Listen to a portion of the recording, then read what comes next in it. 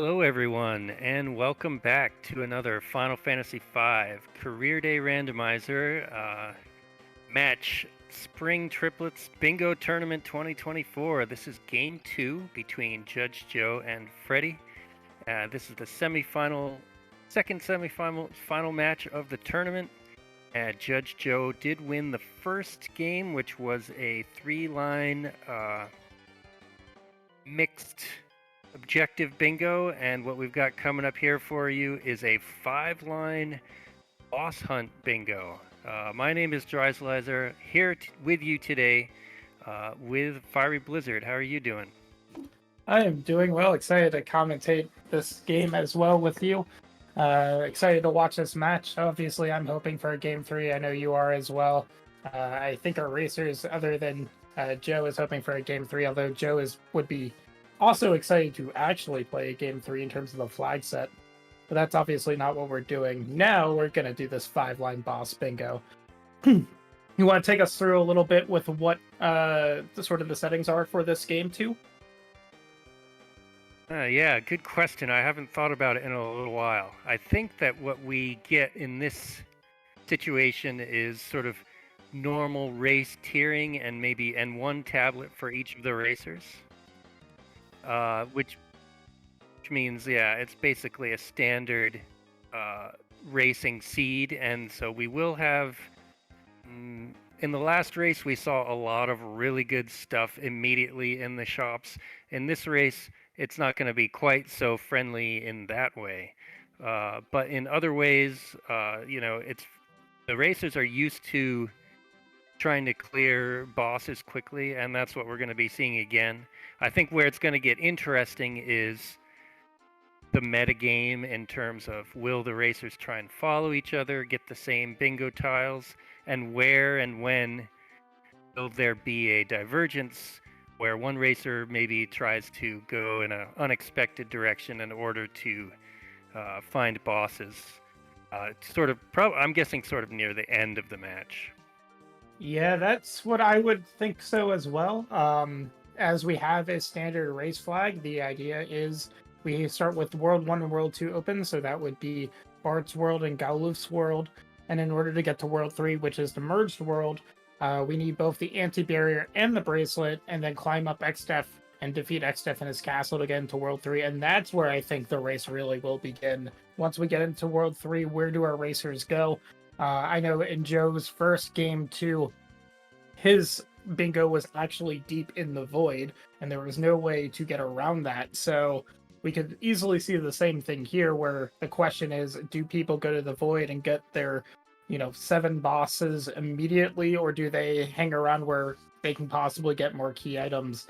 Both of these racers are very good at this game, so I don't expect much of a divergence early on until they get into that World 3.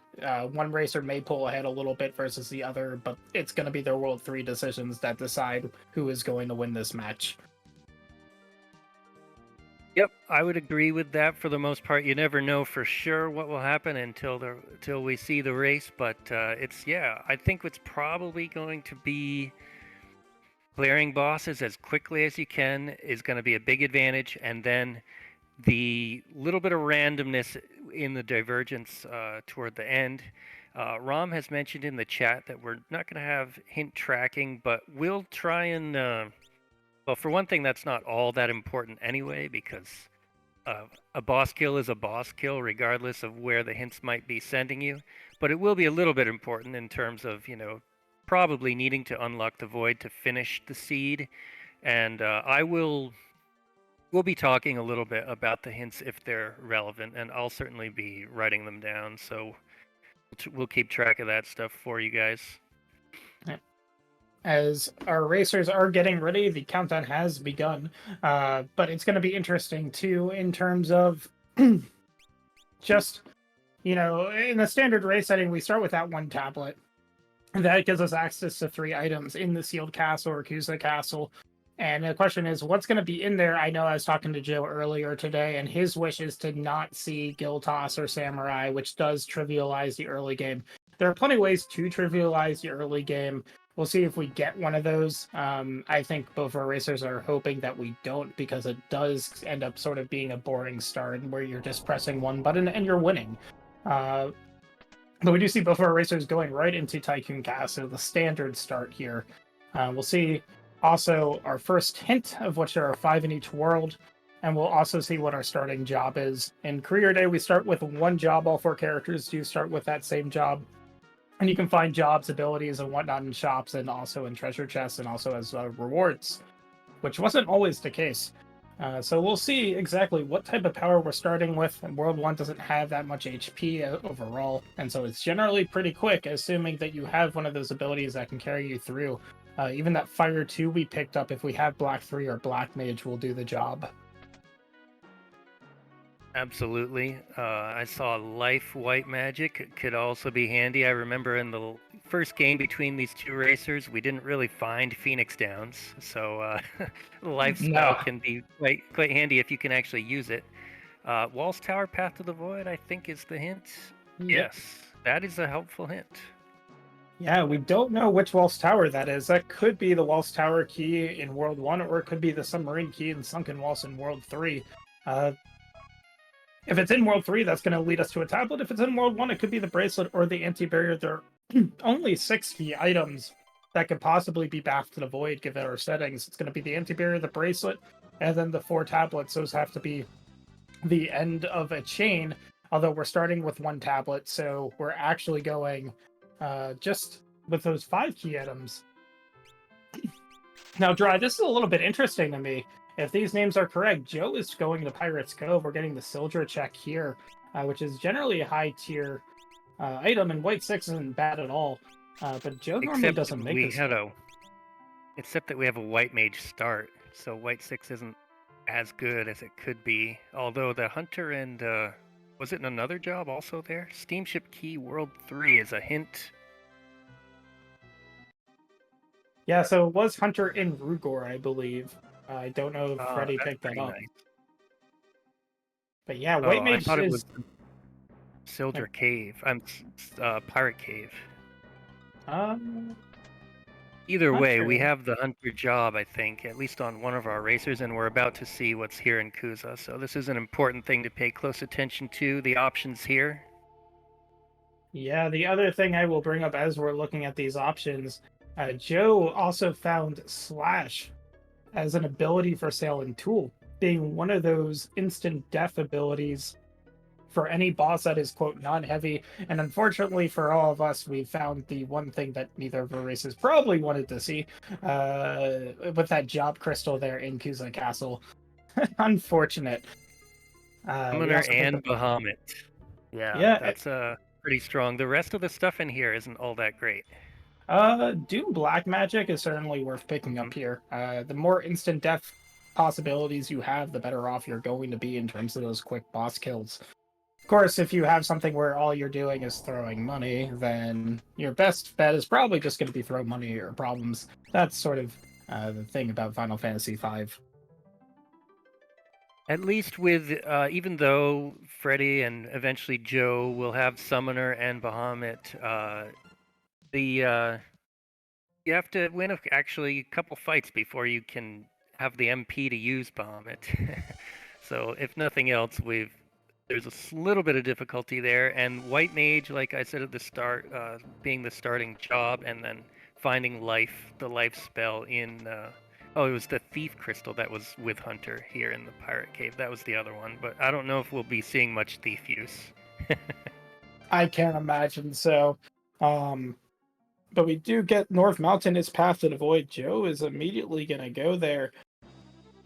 Interesting, we don't know if it's going to be World 1 or World 3. It might be at the Bahamut spot, and maybe here at the Megisa and Forza spot. We may or may not find out, depending on what item we get from here. If it is a Zonk item that is something that doesn't give us progression, then we know Bahamut's going to give us progression into a tablet, which I would imagine our racers probably mostly ignore. I don't think either racers really want to be in a situation, or not going to be planning on the situation, that they have to go through the entire void up to, say, the Halikarnassus spot, or the Twintania spot, or even the Necra spot. Worse comes to worse. We do see we are going to get our first boss look, I guess, from Joe's side. 800 something HP, 850. I can't exactly remember. But we'll see if we're able to take it on. Yeah. Whoops. Sorry, oh, Tyrannosaurus. Well, we can try casting life on it if we've got the MP. We have some Phoenix Downs. Okay, no problem. We actually have Phoenix Downs this time. Yeah, quite a bit different than normal, or quite a bit different from game one. So that's a quick first square for Joe and T-Rex. I think Freddeh is probably going to see that square marked up and is going to be confused where he eventually finds it, but does get the anti-barrier, one of those key items that is absolutely required, because that is going to be able to get us into Xdef Castle, just not up Xdef's Castle, because we do need the bracelet to get past the sort of Gilgamesh 1 spot to go up those stairs.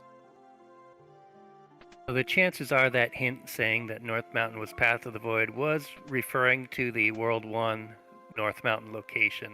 Small chance that North Mountain in World 3 is also required too, but not worried about that at this point. Yeah.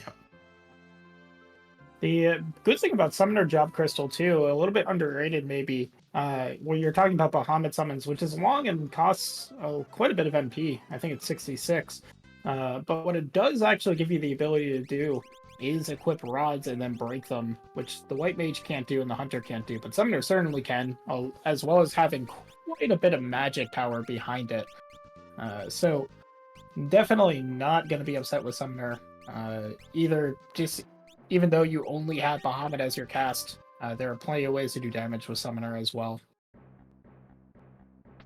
Absolutely, although sometimes finding those rods in shops can be, well, let's just say it's a little harder than it used to be since we updated the tiering of the randomizer. It used to be like you could always find rods in World 1 shops. Now you'd be lucky to find one elemental rod type for sale in World 1, I think. Yeah, I think it was one of those interesting consequences when we were doing that whole balancing act.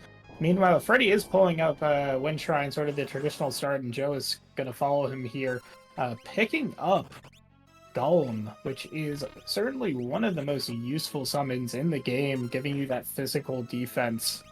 I certainly enjoy it. Freddeh is trying to splash, but you can't. Not the gargoyles. Also doesn't have the MP to cast Bahamut, which we discussed as being a little bit of a problem for the first fight or two, and Freddeh has to reset out because it looks like he doesn't have any other damage set up for the first boss here. That is another square on that row 3. Oh yeah, good call. On the other hand, Joe is about to also fight gargoyles, and I think will, if not have the MP, will at least have like the versatility to win the fight in terms of different jobs with different attacks. I feel like this is going to be easy too. You did have Slash to take care of phases 2 and 4 and get some nice visual bugs. But yeah, you're just going to need to get a little bit more MP or get some rods to break or something, because it's not going to work against that boss either. Meanwhile, we do see that Joe does have enough MP, as you said, to take out those golems in one hit. Only having 125 HP each, just the trick is you have to kill them both pretty much simultaneously. No key item from the Wind Shrine, though. I would say that Joe's going to hit the pot on the way out, so he'll have full MP again for the next boss. That's just something to watch out for when you're spamming Bahamut, because it drains that MP so quickly. So we have seen 4 bosses on our screen. All 4 of them are bosses on the bingo board, and 3 of them are in row 3. Wow, I think we may have an early bingo, but this is 5-line bingo, so the race will be far from complete, even if we do get one early bingo line. Yeah, and if we have seen, if anyone who has played bingo before knows that a line isn't completed until you find all 5 squares, and there is nothing preventing Bahamut or Hiryu being at the very end of at the end of the void, and you may be thinking, oh, I'm going to get this square. And it turns out at the end of the day, you're never getting that score in the first place. Uh, it looks like, just judging by what we've seen on our screen, Joe has definitely chosen the right path, taking immediately that North Mountain hint and finding definitely something that Freddie is really wishing he has found so far with that instant killable T-Rex. Giving Yep, him a it looks like Joe has the advantage for sure, getting through, doing a little bit of an unorthodox early approach, but it really helped him to get rolling. And Freddie's still trying to shop and get rolling himself. Yeah, so I imagine Joe, after shopping licks here, is going to go and do the Torna Canal into Ship Graveyard check. It's quick 2 bosses, and it's going to be a little bit slow for Joe. If he's planning to only use Bahamut here, he's going to run into a problem pretty quickly with his MP pool and having to use it 5 times. But if he has Slash on one of his characters, then we can see some fun shenanigans. Yes, this could get very interesting. I see a team of 4 summoners. I'm not sure exactly of the abilities set up. Hopefully he's got Slash on at least one person. Yep, Elena And has we got Slash. Terror Key World 1, I think, was a hint. Yeah, it was. And so that may be, our second path. That may be part of the hint for Path to the Void. So we're going to see something very interesting on Joe's side. I like showing this up when I have the opportunity. So if you slash Archeoavis, he's able to be, or it's able to be slashed in phases 2 and 4.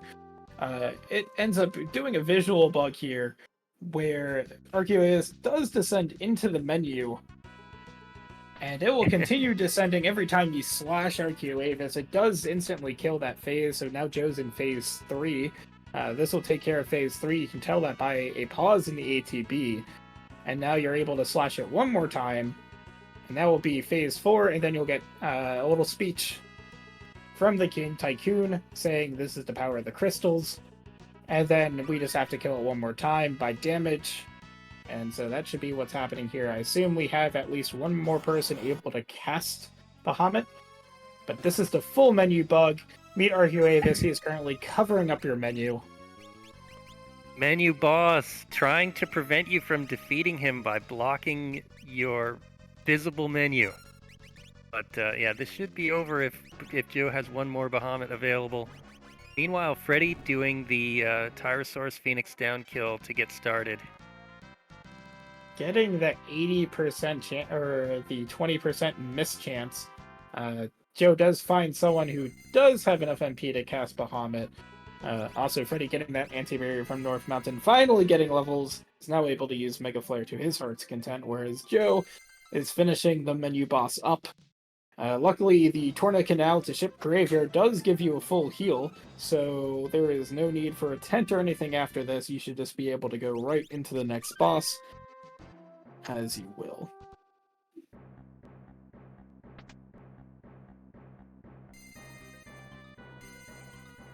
I missed the I think I had it written down that Canal gave anti-barrier, but it was North Mountain, wasn't it, that gave the anti-barrier?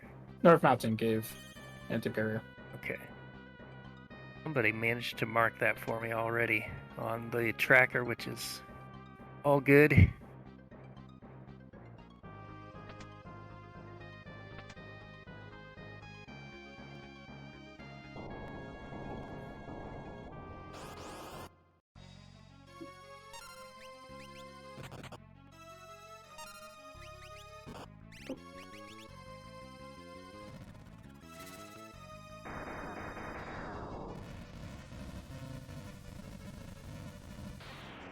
Zombie. So we do see Freddie going right back into the Wind Shrine here. Joe's looting a little bit of Ship Graveyard. Nothing of note, I don't think. It is interesting. I was confused for a bit about sort of the item tracker.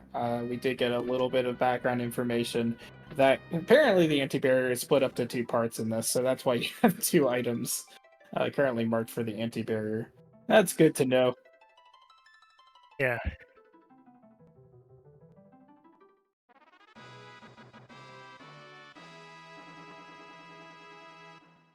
So we do get Nice boss Ouroboros. to have Bahamut to go against the Ouroboros here. Yep, that's a nice quick kill for Joe. For anyone who is has not really delved into Career Day, we did have another instant death ability in Slash, although that's inaccurate.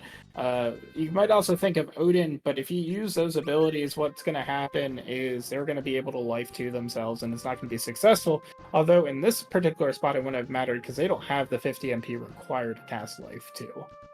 But do not use Odin against Ouroboros because they will just revive themselves and you'll be just sort of looking around and being like, oh, I have to do this again and again and again.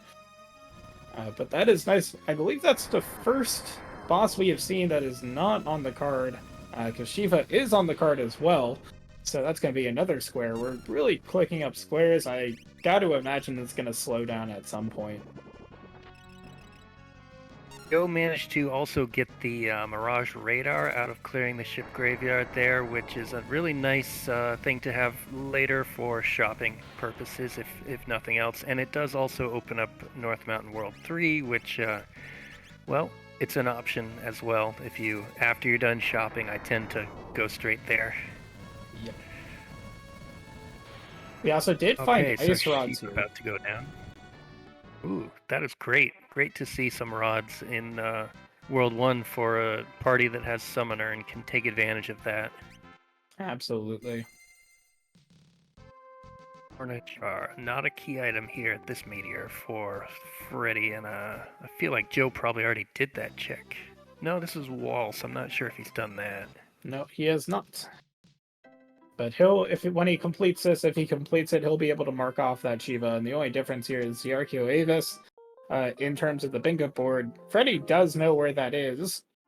May just be holding off on it, seeing that Archeo Avis is marked, but nothing was marked afterwards. And maybe decide, Archeo Avis is fine. I know it's there. But unless it's a key item that I'm going to need between either the Archeo Avis or whatever is at ship graveyard, it's clearly not a boss, otherwise something else would be marked on this board, and so I'm going to hold off until that becomes important. Yep, you get some information, but you don't get all the information because you don't know what the key item might have been, or if there was a key item at all, and so you don't know if it blocks progression. Now, we as viewers, of course, know that Mirage Radar is at the back of the ship graveyard, and that could be quite useful later. But then again, Freddeh coming back to do the canal later isn't going to really slow things down too much unless he thinks that the run through the ship graveyard is sort of a slow process, which I have to agree, it is a little bit slow. It takes a little while to run through there. Yeah, it's also interesting, like, Freddeh could be saying, I will go back to Archeo Avis when it's a little bit faster, like if you're able to use the fight command rather than spamming Bahamut, which is a slow command by itself. Just to try to speed it up. We do get another hint here in Waltz. Both our racers are checking it at the same time. That Great Trench is Path to the Void. That is certainly going to be leading to a tablet, because there's no other key item that it could possibly be, given the settings here. So that does mean the submarine key and the trench page is going to be required to at least get to the Halicarnassus, the Twintania, the Necro, and the Neo X-Def fight. We didn't really explain it in this flag set, and actually in all the bingo flag sets. We removed the Neo X-Def fight, and we replaced it with 2 goblins, simply because we want that option in play. And if you want to see some rude bosses, there are definitely some that can take the place of Neo X-Def and be very difficult. We've got a summon boss here that has switched places with another summon boss, Ifrit. We're in the Shiva spot, and Ifrit is on the bingo board too. I just want to mention that we've got 3 Path to the Void hints already. So in a way, the racers are going to have a lot of information about where to go to, as if it was a standard race, where to go to complete the seed, but that's not necessarily like high priority. What we want to do is go to the spots where we can kill the bosses most quickly, and entering the void is sort of the secondary goal towards the end. So I don't know how relevant those hints are going to be. We'll just have to see how it plays out. Yeah, and even more to the point, we don't have access to a lot of the Path to the Void hints, right? We don't have anywhere close to the access to either Sunken Walls. We know the Lost Tower key is somewhere in World 1. We don't know if we have access to it or not. We know the Steamship key is somewhere, I believe, in World 3. There's a world, right, where the Trench Page and the Submarine key are completely unhinted. That gets you into Trench. That gets you the Lost Tower key. And that ends up being your other Path to the Void there, and they just all chain. Here's a boss Absolutely, I it could happen that way. We don't. It could be that's quite complicated, or it could be simple, or something in between. speaking of bosses that can be Scary. complicated, but here it's gonna be easy because we can just summon Bahamut to our heart's content and take care of it. 2500 HP is gone, or like what? Califisteri is a pain, I would say. Yeah, depending on the team, depending on the party, and the ways that you have to attack her. In this case, with Bahamut, no problem at all, and we get a shrine page for Joe there.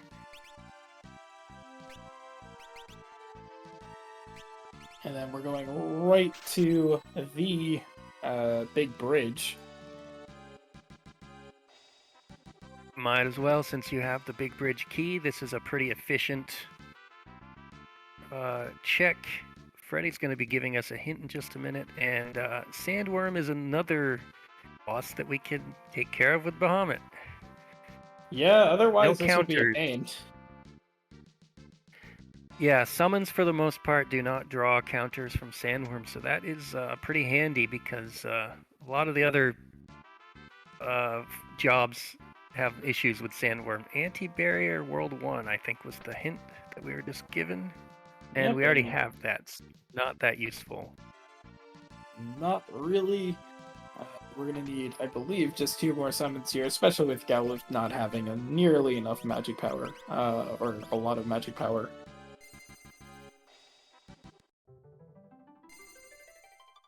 Yep, Yeah, just need he'll one do more. okay as a summon, but he's not gonna do quite as well as the more magical girls on the team.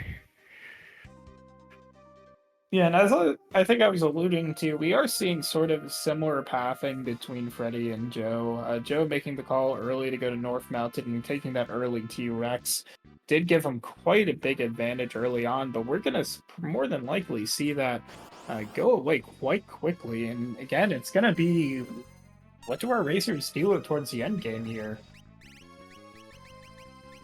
Yeah, well, it never hurts to be ahead in terms of clearing bosses in this flag set, because your opponent is probably also going to do a lot of the same checks that you are, and they're going to end up being dead checks. It's only toward the end that you can really have a chance to maybe go in a different direction. When there's a boss check in front of you that is quick and easy to do, you just do it. You don't skip it, because I mean, it could be important, whether it's on the board or whether it's giving you access to something later. Hence, other bosses that we'd Omniscient. like to see early. Absolutely. Omniscient with Inherent Shell is going to cut Bahamut's damage in half, but we still have a lot of damage output with Bahamut, and so we'll be able to take on Omni. Oh, there you go. It's already down. 2000 HP, 2 Bahamut. It's down, Bart's is down. We're cheering anyways. So I have a question for you. So Joe was just in the big bridge. Do you think he should have continued on to check what is going to be at that basement in, the Gilgamesh 1 spot? Possibly able to be instantly killed with Slash. May have the most fun thing in the randomizer, may have that bracelet, which I always enjoy seeing bracelet at the Gilgamesh 1 spot because people don't like to check it. I What would love it when you? that happens too, but in this set situation, I think it's a little early to go there, and I don't necessarily think it gives you all that much of an advantage. I think you're off.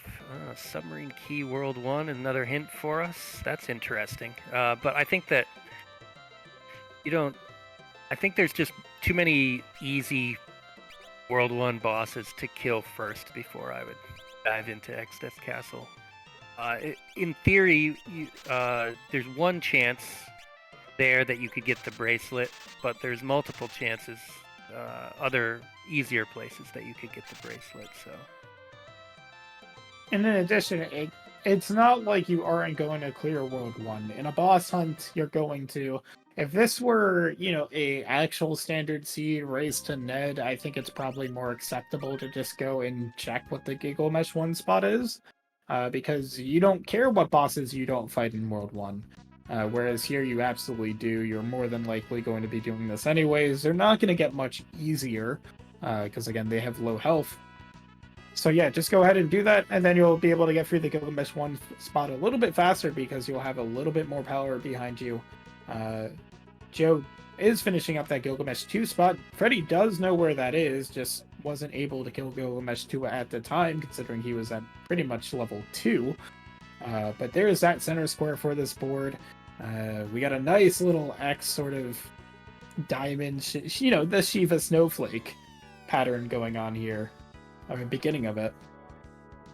well, you love to see center square taken care of. I hope that Freddeh remembers that Greg 2 was at the center square and makes it a priority to go back there fairly soon, just because it statistically, it helps you with the most bingo options.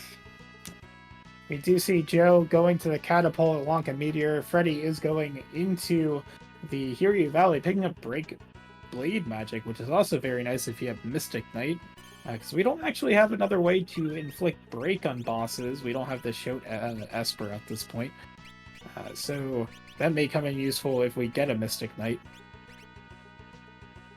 Do see This Titan is an interesting find by Joe. Titan. And even though Summoner does not have a whole lot of hit points, we've got enough. Uh-oh. Oh yeah, okay. If that killed him outright, some people will survive.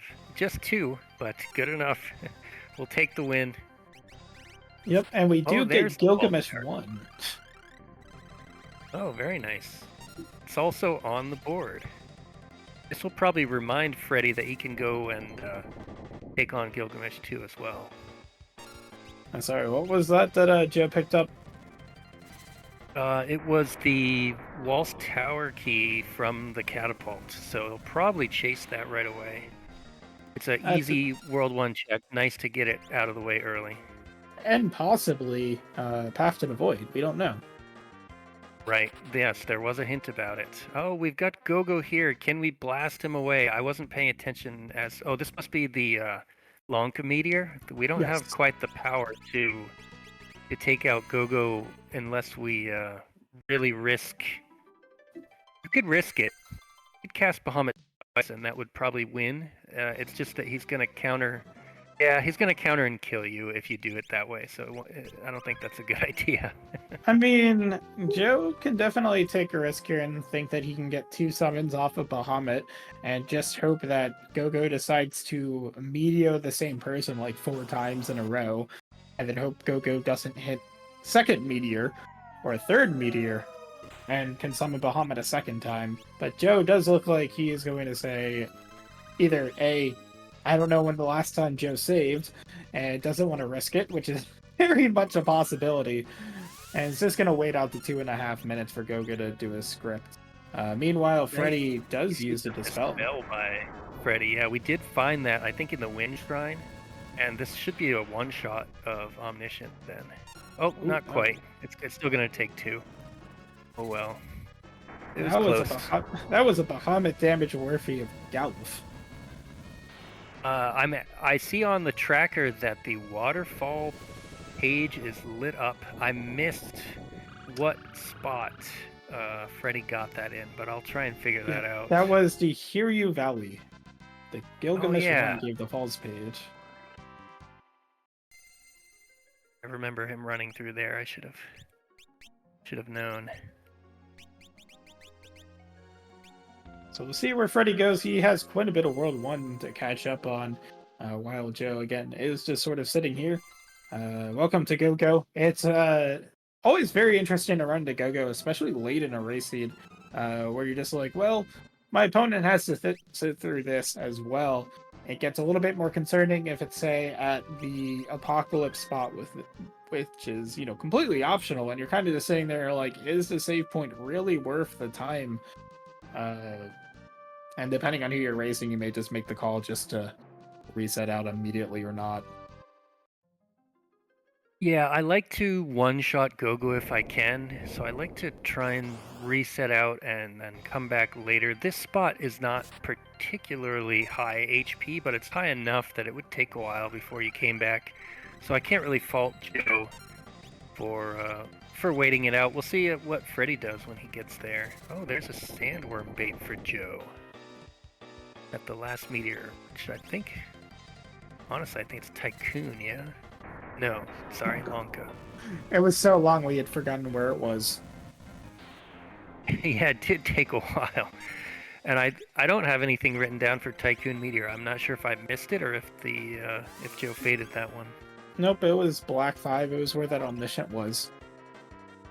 Okay, thank you. Meanwhile, we got Sulkin in here.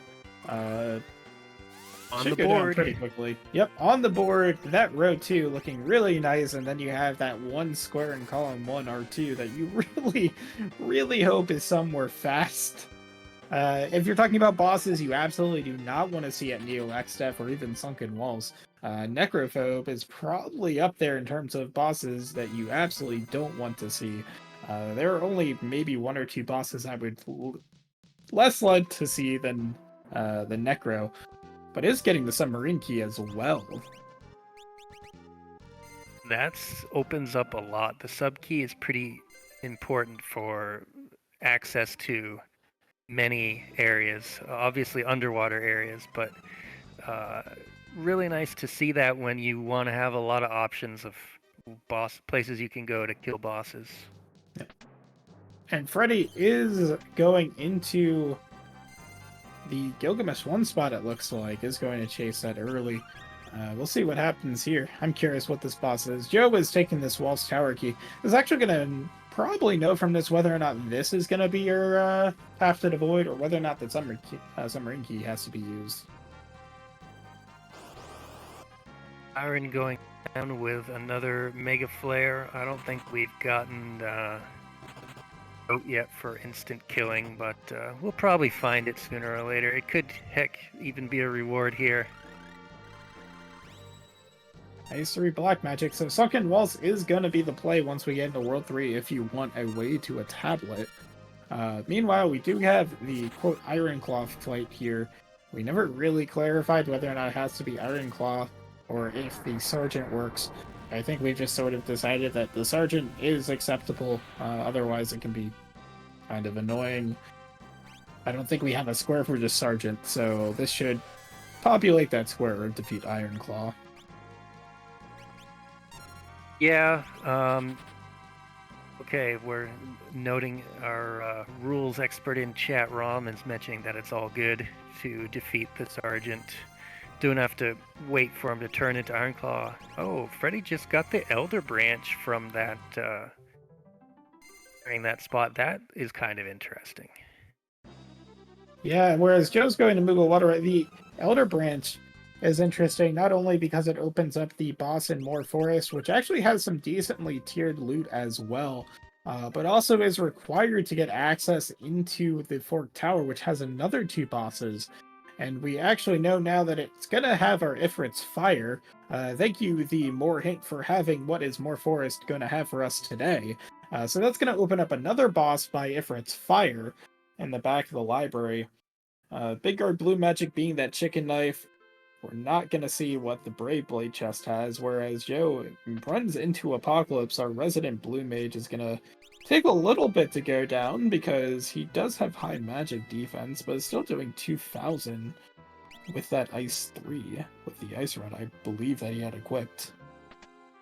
That must have been what he did, was broke a rod there. Weak to bio, that is the Apocalypse weakness, and he goes down. So nice find of bio there. Also really nice find by Freddeh to get Big Guard if we run into some difficult boss fights later. Really helpful, although we don't have any way to use it yet, I don't think. There's Shote. I knew it was going to appear soon enough. In Yep. the Moogle Waterway reward. Freddeh not clicking the square for Ironclaw, though. We'll probably do that when he realizes it is a square, hopefully. It's sort of orphaned now. We don't have anything else on either that row or column. I have to admit, when I play bingo, sometimes I forget to click a square, and it's not intentional or anything, but it can affect what your opponent thinks is going on. I'm not saying anybody's trying to, fool their opponent by what they're clicking or not clicking, but I hope that Freddeh actually remembers that he defeated Ironclaw, because he might have been looking on the board for the word sergeant rather than Ironclaw and not realized that, yeah, I've completed that fight. I mean, there's also the fact that Joe has not clicked Soul Cannon, so both our racers are very much doing something unintentional here and leaving one of the bosses that they have defeated off the board. This would be more appropriate in, say, if we run into a game 3, which is a lockout bingo. Hopefully we get to see that, at which point you can leave a boss unchecked if you want to, but you do it at your own risk. Yeah, well, with bingo, there's just an extra layer of stuff that you have to keep an eye on, and the racers already have their hands full just trying to go as fast as possible, keeping track of hints, keeping track of key items, and there Freddeh has clicked Ironclaw on the board. In fact, both have. It's possible that one racer clicked and then the other one was like, oh yeah, I guess it was Joe that clicked it first, and then Freddeh was like, oh yeah, I did that check. Yeah, I had the same thing done in one of my bingo races way back in the Variety tournament where we first showcased bingo, and it's absolutely unintentional. But it is, it's also a skill in terms of being able to realize what the bingo board has. I mean, we saw that in game 1. And it's difficult, especially when you're doing a live race. We do see also this Moor Forest has the Gilgamesh 4, so we've seen a lot of the Gregs. I think we're just missing Greg 3. I might be worried about running out of MP in this fight, because this is a high hit point fight, 31,000-ish hit points, and the cost of Bahamut being so high. We have gotten some levels, but we're not all that high level, and Bahamut, like you said, costs 66. I don't think we have any gold hairpins or anything to reduce that. Yeah, we only really have to do about, half the HP here until Gilgamesh 4 goes into his full script. And then transfers into the weaker form of Gilgamesh, using the ultimate sword, the Excalibur, and then gets banished to the Void. Which is also interesting to note because, well, we're facing Gilgamesh 4 here. Necrophobia is a square, and if you want to waste time, what you do is fight Gilgamesh 4, don't kill him outright, and then find Necro, and then suddenly you're looking at a 5-minute cutscene. Yeah, this could have implications for the future, for sure. It looks to me like Freddie's going to try and kill Greg 4 before he transforms. I don't think it's going to work out, and I think he's going to get banished, and then he will appear when we find Necro later and make that fight take longer. And there's not really much way around it other than being more powerful when you get to this spot. Yeah, and it's a little bit unfortunate, but with this spot in particular, and even say the vanilla spot, actually killing Gilgamesh 4 is pretty difficult unless you have certain setups. Namely, if you have, say, a dancer or an X-fighter, then may be able to do massive amounts of damage very quickly. So it'll be interesting to see whether or not Joe's going to be able to kill Gilgamesh 4 outright. Unfortunately for Joe, he's doing the front of the pyramid, not knowing that Elder Branch is going to lead to Ifrit's Fire. So a little bit of a, it's going to cost him a little bit of efficiency down the line. It's going to be a question whether or not Joe decides to go back and fight the back of the library. If it turns out that's required, then he's going to have to. Which I wouldn't be surprised given what we've already done. Yeah, it's always a tough call whether you do the front of the library early or not. You hope to find Ifrit's Fire, but it could be buried. This was a nice easy fight. Those ice rods again, putting in work for it, because that is Timmy's one of Timmy's weaknesses. No key item there in the library, but well, and Timmy wasn't on the board either. But oh well. I will say if we didn't have the Berserk spell, which I believe we do, the Power Staff is not a bad reward when you can use it effectively. We do have that, the bottom corner on the left there, defeat a panda. If you want to make a panda pretty easy, you just hit him with a Power Staff or cast Berserk. And suddenly you don't have to worry about armor counters or drain counters or anything like that. So Power Staff is definitely something to keep in your inventory to use when you run into this couple of bosses that very much become a lot easier when you Berserk that boss. Indeed, a panda is the counter king. It's nice to turn that off on him and just deal with physical attacks. Freddie has one and gets the Ifrit's Fire from that long Greg 4 fight in the forest. Yeah, so what Freddie is behind is the ship, Torna Canal ship graveyard catapult, which has that Titan Lanka meteor as effective from that. And I believe probably the Sandworm bait as well. So has quite a bit to catch up on in World 1. And I imagine Freddie's going to clean that up pretty quickly here. Freddie, though, will have the advantage of efficiently full clearing the library. There could be something in the back that Joe will not necessarily... Well, good question. Will Joe know to chase it if Freddie lights up a boss from the back of the library? Hard to say. Well, because the more forest boss wasn't something that we clicked. But at the same time, Right. Trying to remember where that submarine key was, what boss was attached to it. Because that's going to be the question, is like, if you're trying to metagame here, knowing what bosses are giving you what key item can give you an idea of what path a person is taking. And there's really, outside of a bingo setting, you don't get that sort of meta knowledge. You don't, you're not able to play to your opponent that easily, whereas in bingo, you very much can. Just being aware of what your opponent is doing just based on sort of the squares or tiles that they're clicking. You can kind of tell I have what to point out, Freddie have. just got a slash to hit Timmy. That was lucky. Like, the chances aren't very high because of his shell and magic evade, but cool, very cool. saved a little bit of time there. I don't know if did he use Dispel before that or no? Didn't catch whether he used it first or not, but that would have helped. You're right. So Joe is also saying I'm probably not going to do enough damage to Gilgamesh 4 here, needing probably another 20,000, honestly. Is this going to let the script play out? We do see an important boss here. Yeah, this is Catastrophe is on the board. Pretty sure I saw it earlier when I was looking. Yeah, upper left corner, and Freddie having the advantage of not only getting through the library more efficiently, but also getting a bingo tile out of full clearing it. Yeah, I'm sort of expecting at this point, though, that this is going to have our bracelet. Though it could be, the barrier tower. I would just, I think at this point it might just be a straight 50-50. Well, I don't even know what else we have left. Yeah, let's see. Haven't been following that too closely, but the reveal is third tablet. Well, that helps too.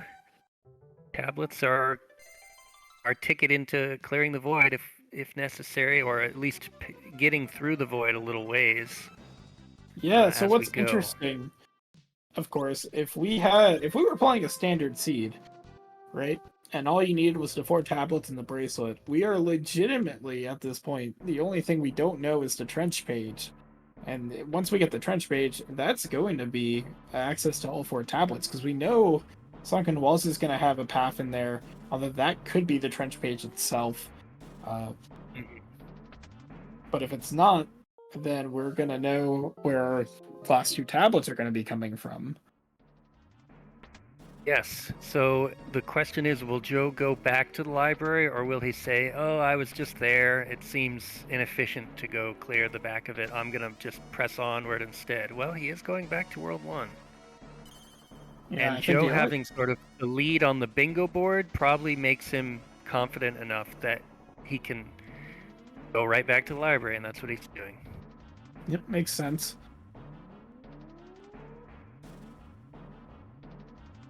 Whereas Freddie is going to clear out the rest of World 1 doing the catapult into Lanka Meteor.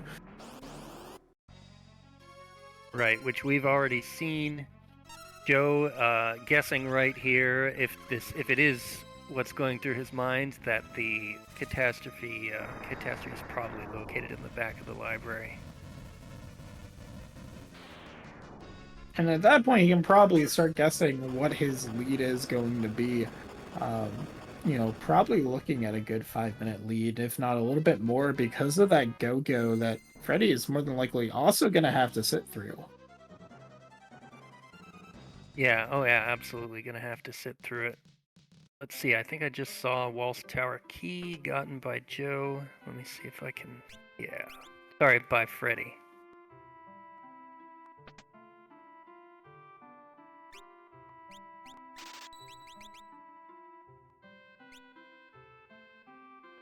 So at this point, I think Joe may just have this, barrier tower, which is going to hold our bracelet. Or, yeah, no, because it's not going to be the steamship key, because that's in World 3. So it could hold the Hear You Call, it could hold the Adamantite. We will see what that holds, though. Or what boss is up there. I know there's been some history, I believe, with both these racers encountering a Leviathan at Barrier Tower. That is, caused both racers issues, I believe, in a couple tournaments ago. So maybe we'll get a repeat of that.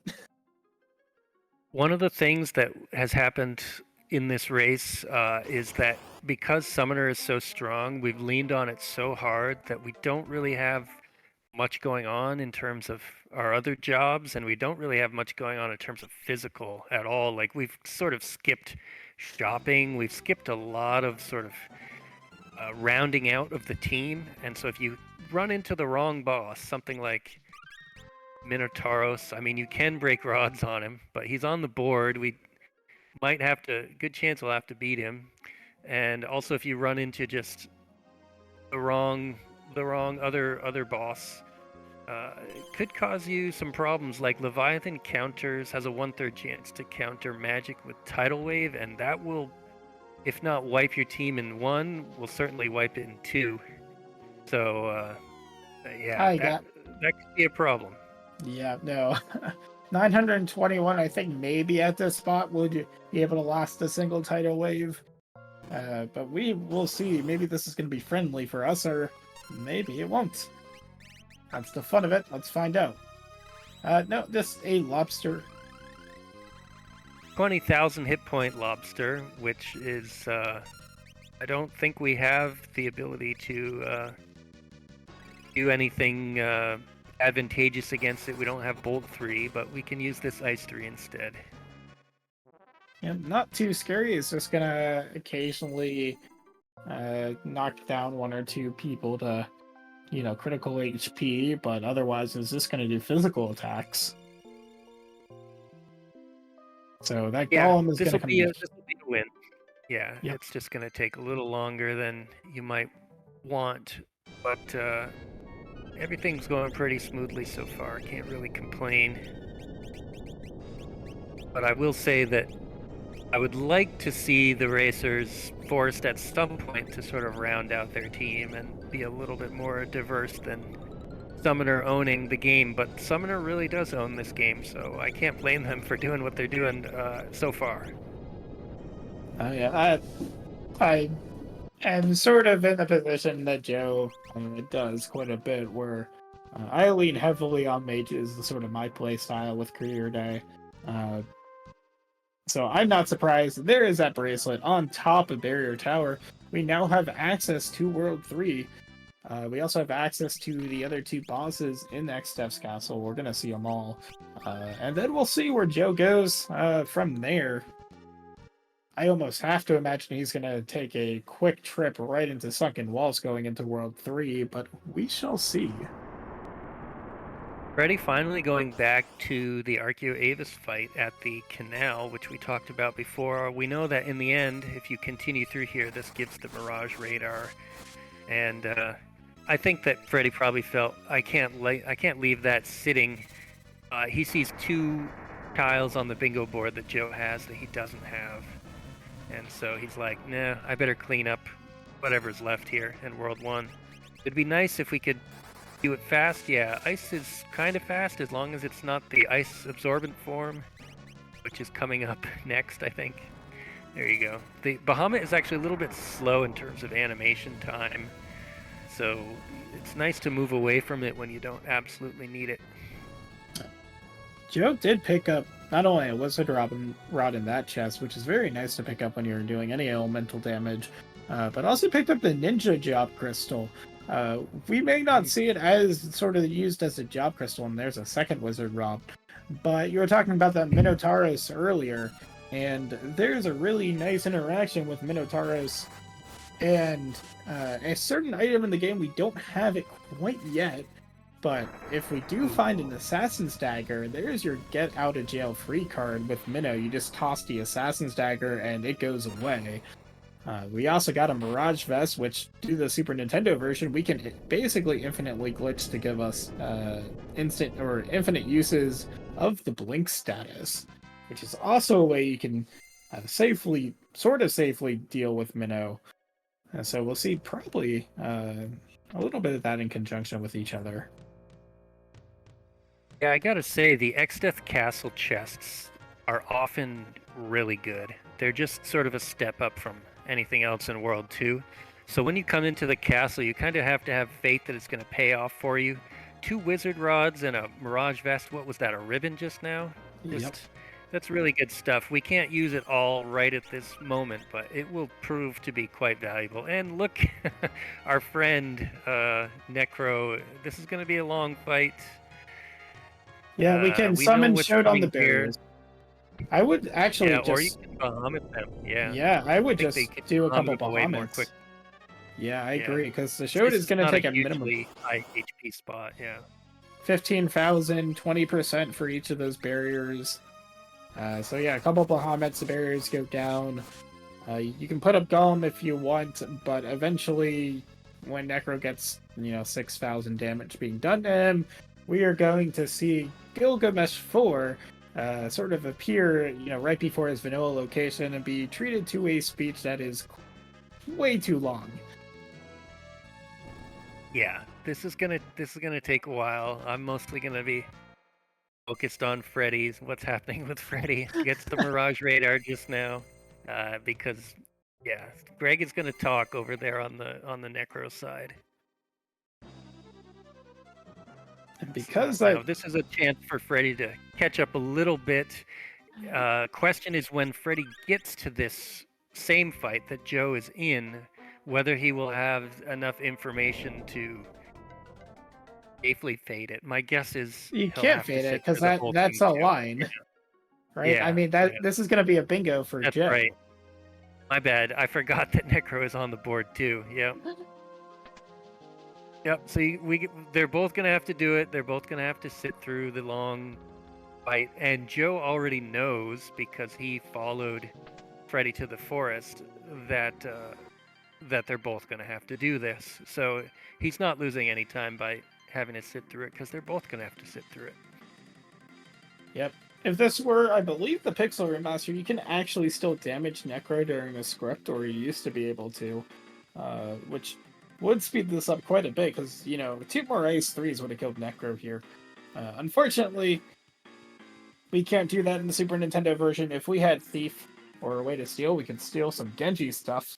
But other than that, we just get to sit back, relax. We go get a drink of water. This is going to be longer than Go-Go. Take a moment to stretch. Think about what you're going to do once you enter World 3. How are you beating X-Steph?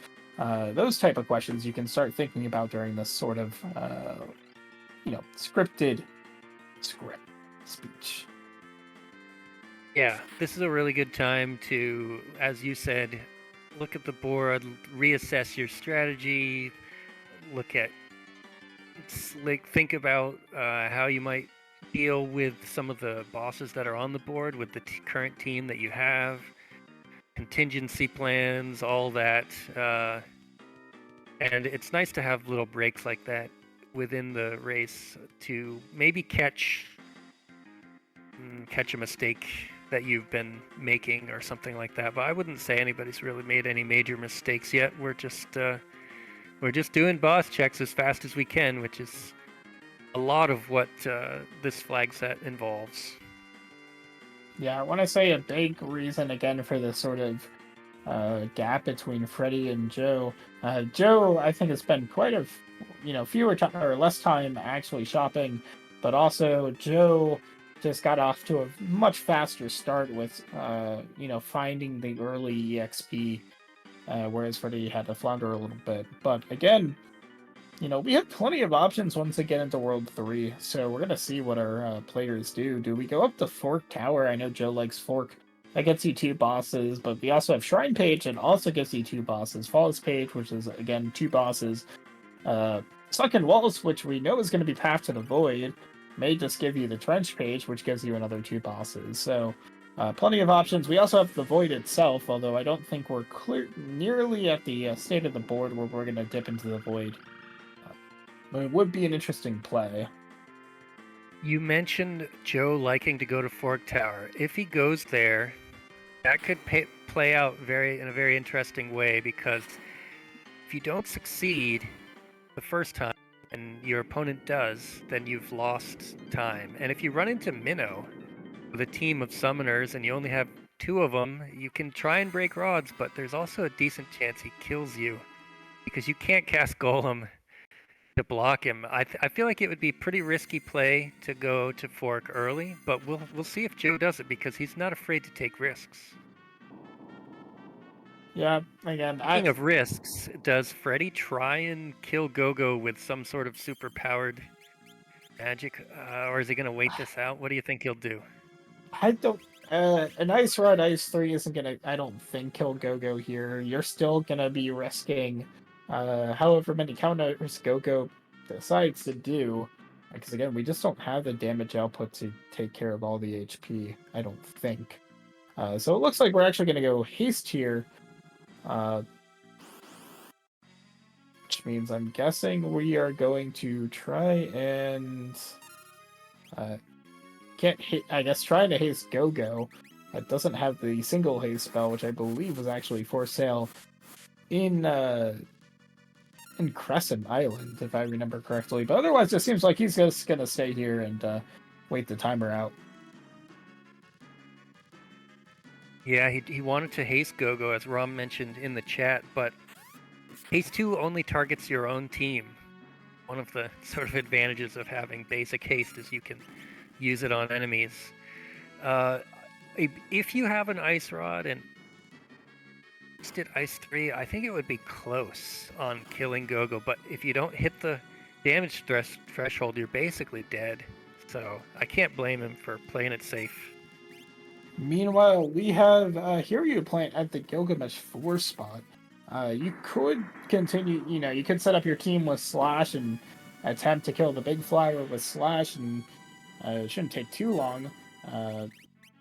But it looks like we are just going to Bahamut down. Maybe one character has Slash here and just was not getting lucky, or maybe it was Kara who got confused. There it is. Let's try it again. And this is also this is also a square on the board. We do get that big flower now, so Bahamut will take care of this the Hiryu flowers. Doesn't give us a line right out, but we, defeat Bahamut gives us another bingo. But again, we have one on the board, but we are starting to sort of choose what bosses we really want to see, and ones that don't really do much for us. By the way, there was an interesting discussion going on in chat. If you had Carbuncle and you used it on your team, and then you casted Haste 2 on your team, those would bounce onto Gogo, and he would counter with magic. which would bounce off of you as long as it wasn't meteor, and he might kill himself. That would be interesting. I don't know what the script would be in this place. I just assume I would see meteor every time. Uh, Even though that's not guaranteed, you can It's a definitely get 1/3 somebody chance flare. for meteor, 1 chance for flare, and 1/3 chance for holy. So, Yeah. if a 2/3 chance, I think that he would potentially kill himself. That would have been really funny. I'm not sure if Freddeh had carbuncle or not. Do you know if we have Yeah, that? we got it as a reward from the big bridge. So both our Ah, racers have carbuncle. Meanwhile, we carbuncle actually and golem against Xdeath is a really good formula, by the way, for this fight that Joe has just entered. yeah, we have, I believe, a holy spear with a berserk dragoon. Is what is going on here. That is a good setup. I hope that he does not get hit with Dynamo, which is a 2/3 chance on Xdeath's second turn, because that'll cut your damage in half with that Berserker. Nope, gets a vacuum wave for his turn 2. Yep, okay, so got lucky, dodged the script, the Dynamo script, and get to do some nice damage. It's nice to see something other than Summoner putting in some work here. Berserked Dragoon with Holy Spear is nice. I don't know if we'll stick with it, but at least for this fight, we get to see something a little different. Almost 5,000 per hit. Yep, and Freddeh as well is going to get this bracelet. He has nothing else to do as well, and is almost certainly knowing what bosses are going to be at XF Castle at this point. Just due to the way the seed has gone and this bracelet being at the anti-barrier or at the barrier tower. So should have an idea what bosses he's going to face going up XF's castle and should be able to prepare appropriately for that. Absolutely. Xdeath goes down. That is World 3 access. We do have Mirage Radar, and we have sub key, so we can do a variety of World 3 checks. Let's see where Judge Joe goes first. And then there's the open checks as well, like Tool Pass and the Odin spots. So plenty of spots to go to that are fairly quick, actually. Yeah, it looks like Sunken Waltz is going to be the play to begin with. I will note that Joe does like to start of just resetting, looking at bosses versus actually taking fights. Again, I don't think we're not quite at that position yet. I don't think.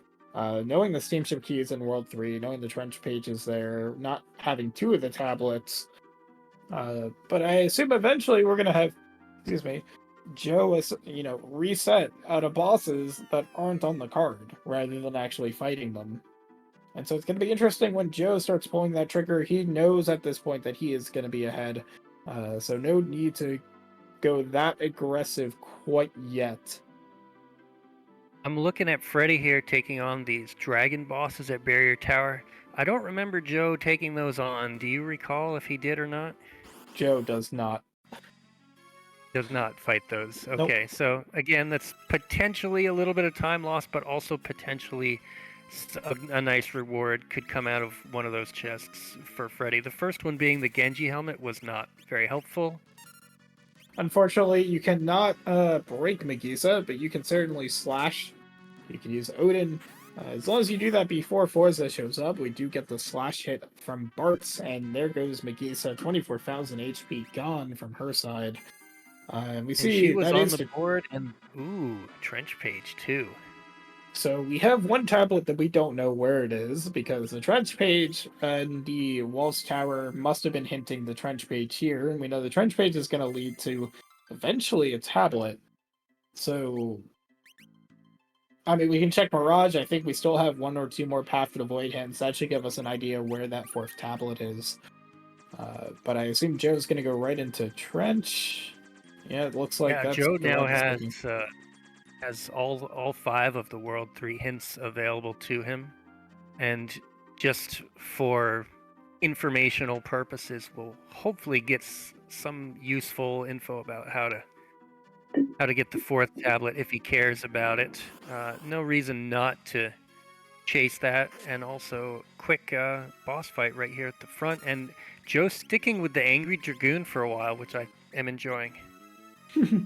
Yeah, you normally see angry hunters or something like that, but now we're getting the Holy Spear, which it's not going to do too badly against these.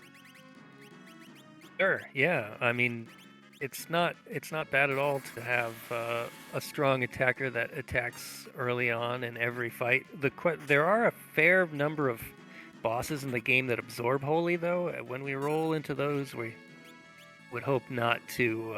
We might have to take Kara out or something. Yeah, we haven't seen a good number of them too, so yeah, definitely a dangerous game. But we do get this golem fight, which again is a square in that row 1. Not a bingo by itself, but now we're gonna be like, okay, where's that minnow? And do you really want to see the minnow? No. I think from the beginning you don't want to see Minnow, but especially with this team that we have, uh, it's it's it's probably doable, but you might have to reset out and sort of reconfigure Yeah, and it's get gonna depend away where it from is. 40,000 some. of minnow down here is not gonna be great. Oh yeah, it would be rough. If it was down here in the trench. The Holy Spear, I think that would be fine, but you would need to at most have one summoner breaking rods, and I would try and go with Ninja, I think, if I were Joe, and wear that Mirage Vest and refresh it and try and do some damage by throwing things or something like that. Yeah, Joe taking a little bit of safety here is gonna put on the Mirage Vest and an Aegis Shield on that Dragoon. We also, ooh, that's Ultra Esper Magic is also very nice. Gonna be much better than the Bahamut. Faster, same damage as long as the enemy doesn't absorb wind. And we do have a couple rods to boost it with as well. Let's see what these Hey, hints are. hints. Ancient Library with Third Tablet, we already knew about that. Fairy Tower, Path to Void, Elder Branch, we already knew all those things. So the dwarf hints were not useful. But shopping. Leviathan, level 5 Doom, White Wind, Holy, not bad. No expectation of picking up blue. There is a chicken knife. Joe's gonna sell some things, Ooh. pick up at least one of those. Maybe At two. least, maybe two. Do we have a way to use the chicken knife without running away? We have dancer and we have dance equipment, so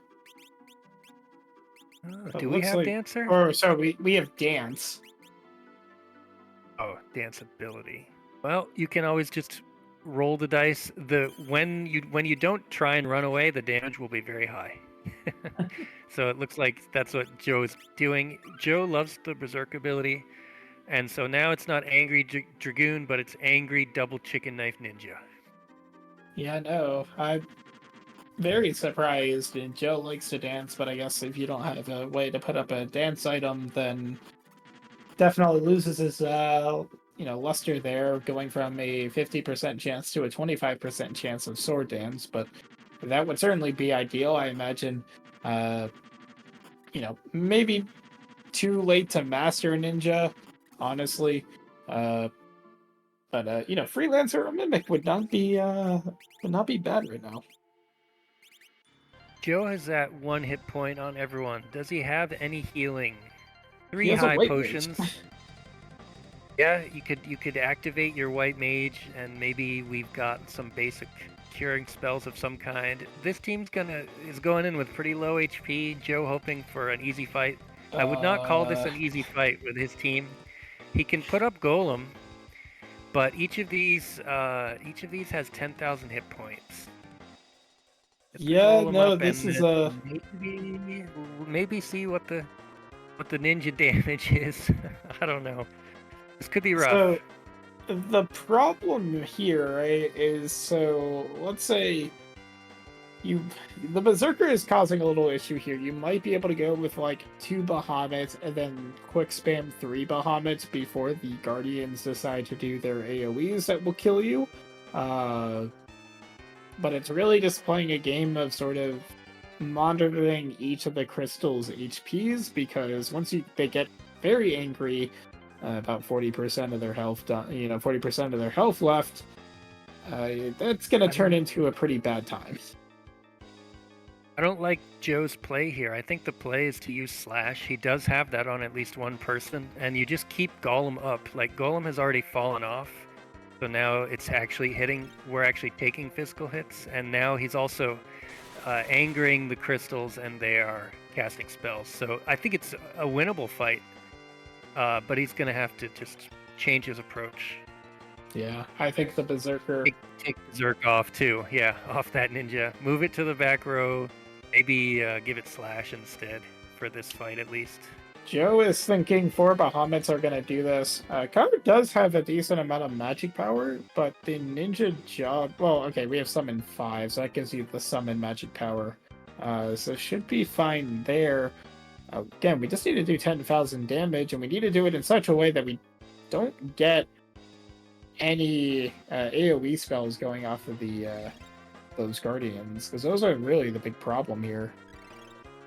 Yeah, it should be possible. The crystals are all going to go first. As long as no one dies from their initial attacks, then we can just unload with 4 Bahamut's, and that is actually faster than the technique that I was talking about, which was to Slash, because Slash is almost certainly not going to kill them all first try. It might kill 1, 2, I've even seen 3, but I don't think I've ever seen it kill all 4 at once.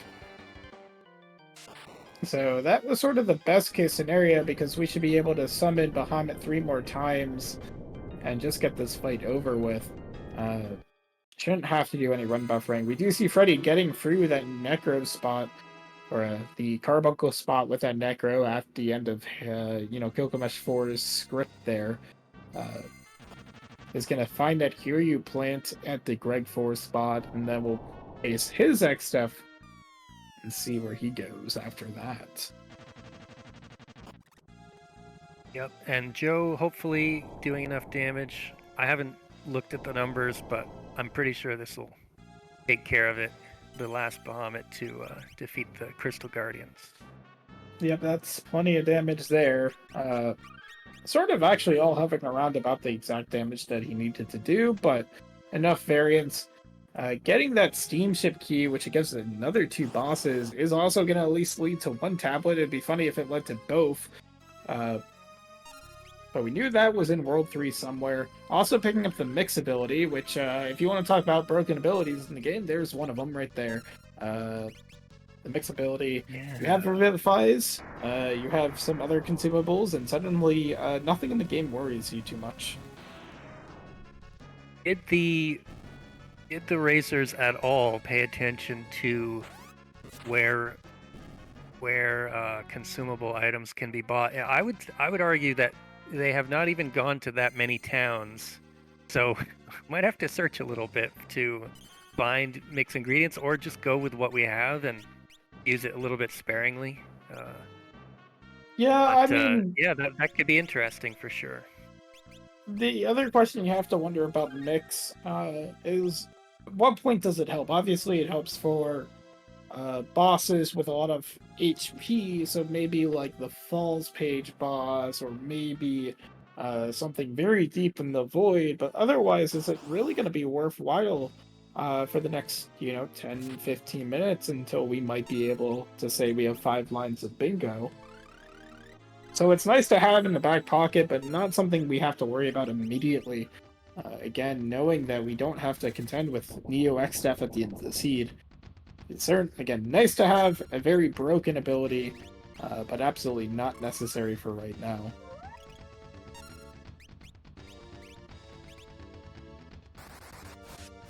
Just a quick question. No, I don't think the Greg 4 spot gave a key item or anything for Freddeh, right? I wasn't looking when Joe defeated that.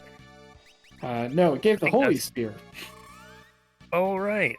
Yeah, Holy Spear for the next fight. Freddeh not going with any Dragoon strats, but I don't blame him on that. It's nice to take advantage of it, but it certainly is not necessary.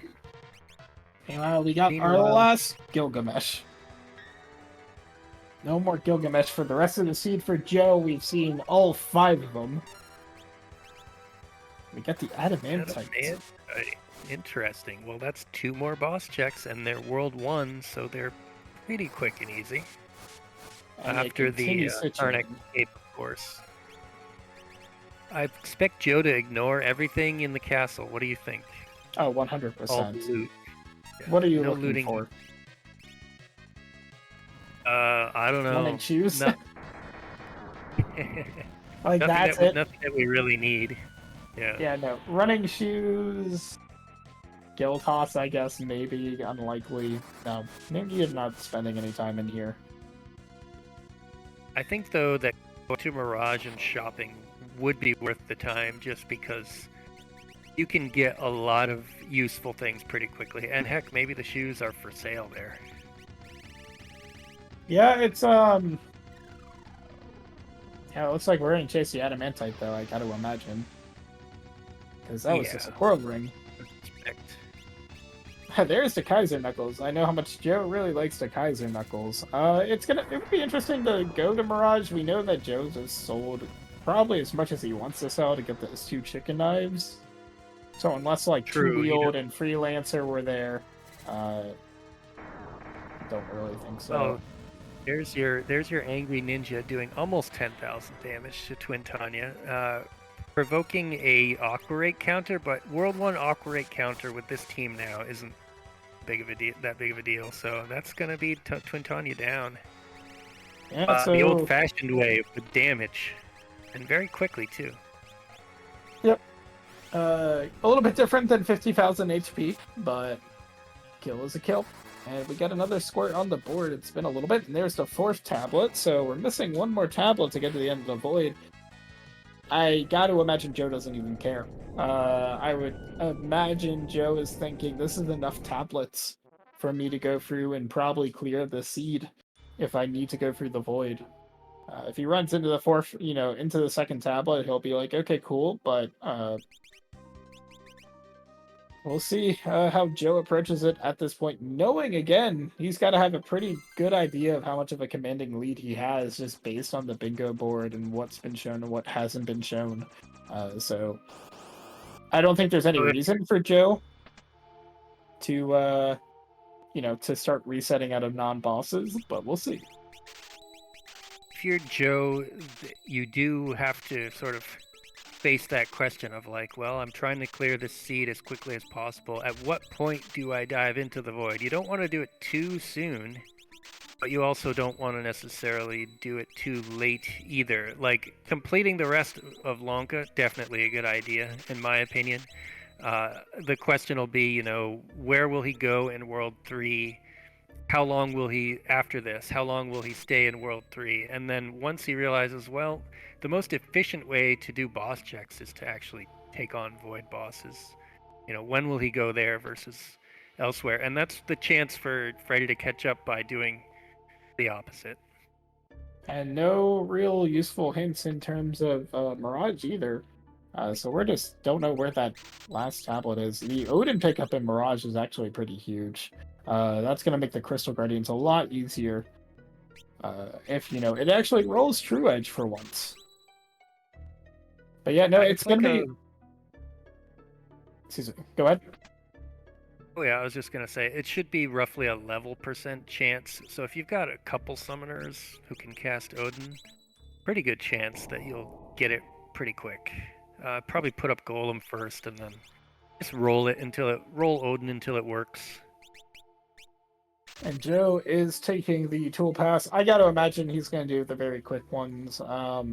I mean, there's no reason you'd ever go into the void without at least doing Shrine, or at least checking the front porch of Shrine for that very quick boss check. Whether or not you go for the entire Shrine is up to you. I have to imagine Fork Tower is completely off the table for Joe at this point, and same with the Bahamut spot. We shall see. See, Joe would probably have liked not to have a Berserk Ninja for this fight here, but it is a low hit point fight, so he'll deal with the...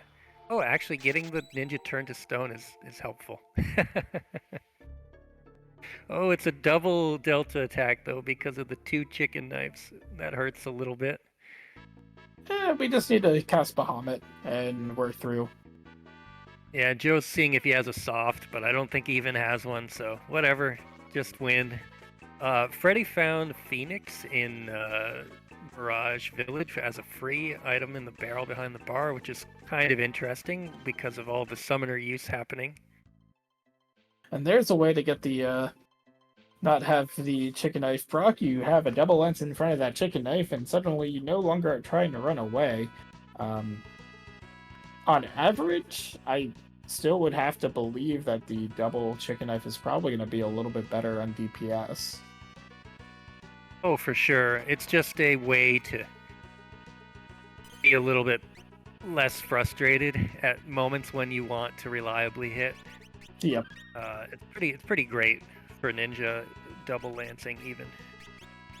So we got Freddie doing something that we haven't seen from Joe, and that's doing the Bahamut check. Joe is going into Shrine. We're gonna see what boss is here. If I were Freddie, I would probably do something like this as well. He knows he's behind, so he's trying to do a little bit unorthodox checks and hope that they pay off. Things that he thinks Joe probably won't do. Yeah. Unfortunately, we do see the Tower Chimera might Brain. be in the cards for Freddie. So Bahamut at vanilla. Get lucky or die trying. Yeah, Meanwhile, this we is a get the, little rough. did get the Chimera Brain from the first place in Shrine, so that's another bingo for Joe. That's actually 3 bingos for Joe. That square getting both the diagonal top, left, bottom, right, and column 5.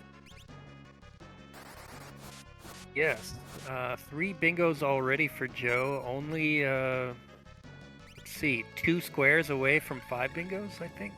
If he gets Yep. Leviathan and Bahamut, that'll be it. Interesting, though, you think Joe will actually do the North Mountain check in World 3, which Freddie's doing right now?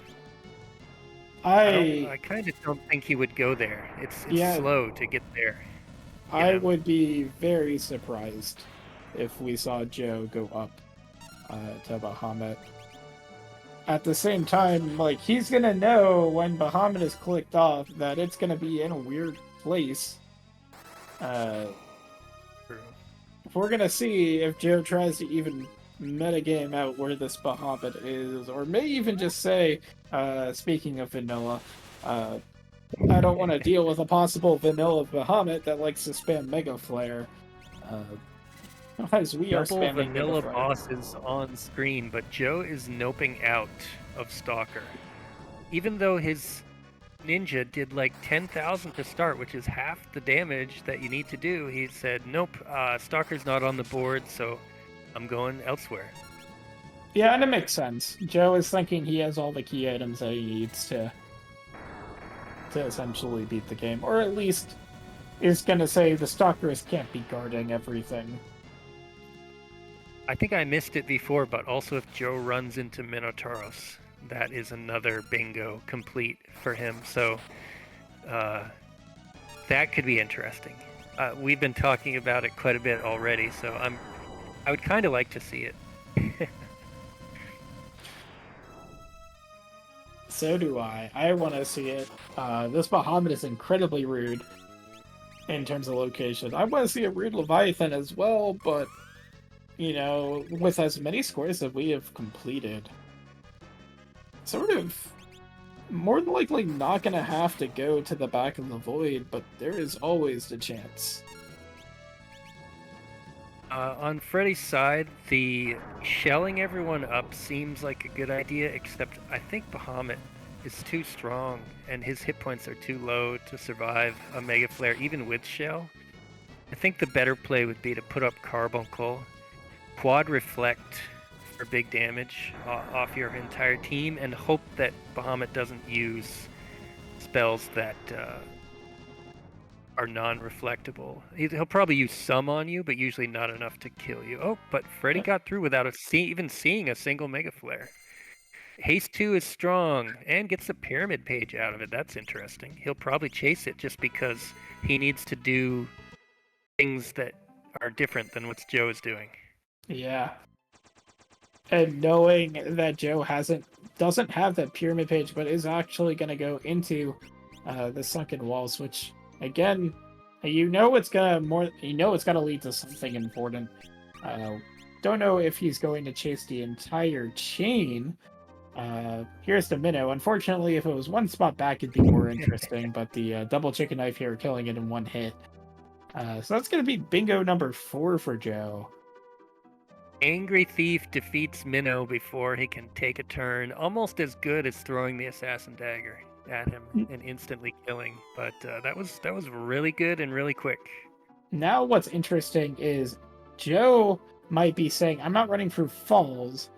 I think this Bahamut was in the very early in the void, or maybe he's saying, okay, Freddeh probably did North Mountain knowing he's behind.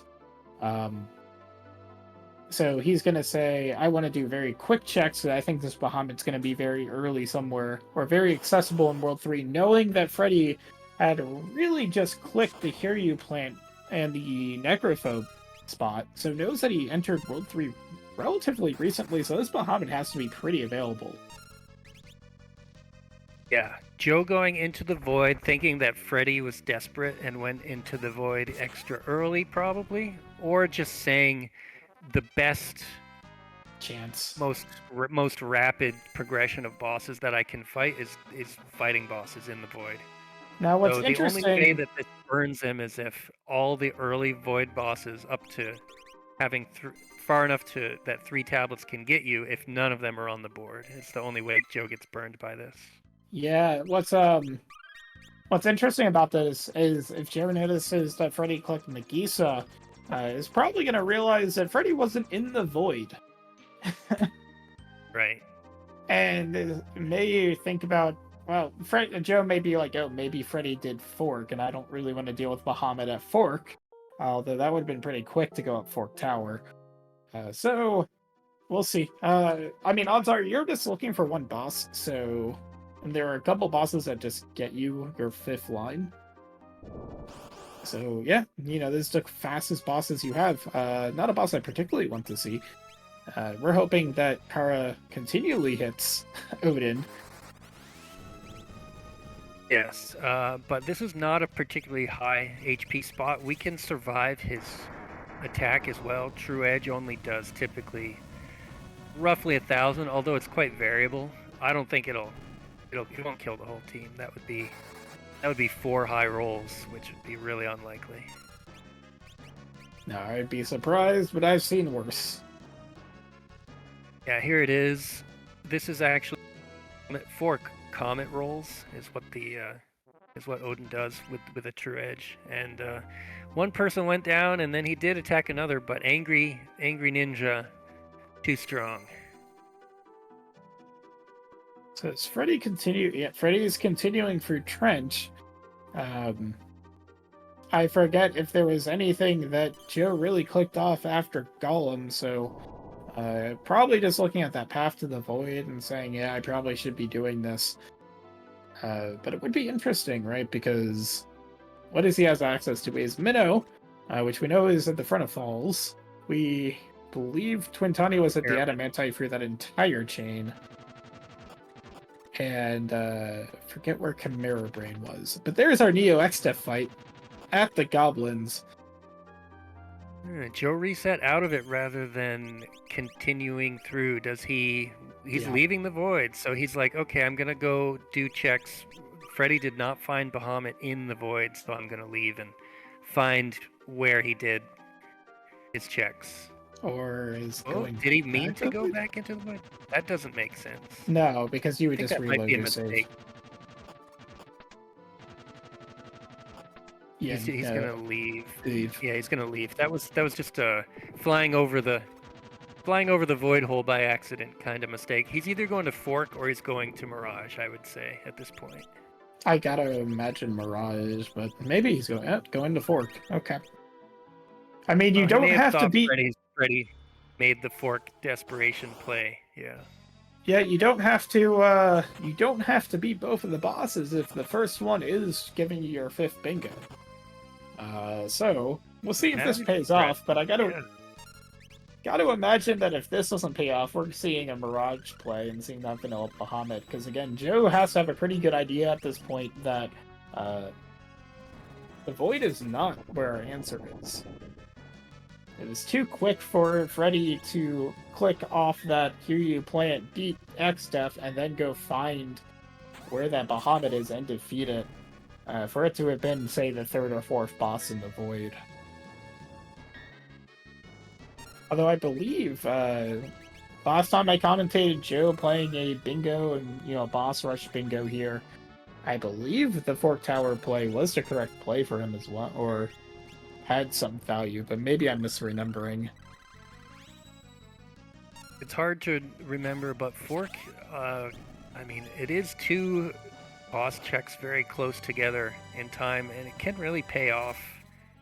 So I remember doing a bingo where it paid off for me by going there early instead of my opponent who faded it. So could absolutely work out. Freddeh just getting that steamship key. Which I guess he's going to continue to chase. At this point, I don't know what I would do if I were Freddeh, because I would feel like, the next tile my opponent gets, well, not necessarily the next tile, but a certain tile, if my opponent finds it, the game is over. So at this point, just do whatever you feel is fast. Yeah, I guess part of it is and this is not what you want to see if you're Joe. You're resetting. I mean, you can wait until Hallie untoads you, but there's a holy before that. That holy is killing you. So, nope.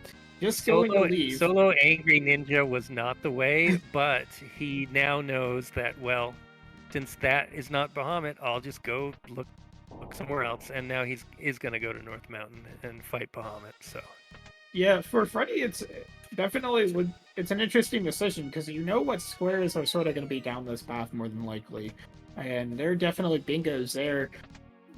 But with you being so far behind, would you rather have chased the pyramid page you got from the Bahamut that your opponent didn't do? And Freddeh is saying, I want to get the surefire bingos and think I am going to be able to get in the bingos that Joe has before Joe actually goes and finds this Bahamut. So I have to say that if I were in Freddie's shoes, it's nice to get something like Pyramid Page, which it's nice to get a key item and unlock a spot that your opponent probably hasn't gone to. The problem, though, is that the pyramid is the slowest place I can think of, really, to get through to the back of and actually do that check. And you're trying to go fast, so pyramid isn't the greatest option. Yeah, you could do the front of pyramid, and obviously if you go into pyramid, you're not losing. Yep. But yeah, I mean, this is Freddeh banking on that he's going to get these squares that Joe has before Joe goes up to North Mountain and finds this Bahamut and then beats the Bahamut. Although I know Joe has used carbuncle strats before, so I expect that to be pulled out. But yeah, no, it's 40,000 HP of not a dragon at vanilla location is going to be the barrier between Joe winning this race and unfortunately not having a Game 3, which I would love to see between these two racers. But we will see what happens as a randomizer. RNG is a fickle mistress. Yeah, Bahamut is fairly slow, but very powerful with Mega Flare if it goes off. There's a lot of RNG involved in Bahamut. Like every 10,000 hit points that you do, Bahamut's script options change, and it's always a 1/3 to fight, and then 2 other things. And then when it's below 10,000 HP, it's 1/3 fight, but 2/3 to Mega Flare. And honestly, okay, very nice. Got the carbuncle up, so we can bounce it off and let Ninja do the work. Also, there's a little bit of randomness in terms of will Ninja try to run away, or will it do over 10,000 damage? So this could go well. It's probably going to go well, but there is a chance that it could go poorly if the Carbuncle runs out or something like that. Or if the ninja doesn't attack a bunch of times in a row. Okay, Maelstrom puts us... Uh-oh, we've got some HP leak from... what was that from? I Was it from a something previous attack? Yeah. Because Maelstrom itself doesn't inflict HP leak, so that was just a very unlucky combo that managed to kill Joe. And like I said, that can just happen. Bahamut is pretty RNG. Like even though it's known what he can do at these different HP thresholds, the combination of all the variety of attacks that he does, you can't really protect against everything. Zombie breath, poison breath, they're all rude. Yeah, absolutely. There's like Earthquake, there's Atomic Ray, quite a bit of different things, and also just basic attacks too, which is sometimes what you're not expecting. Already getting the fourth tab, the entrance to Flying Lanka.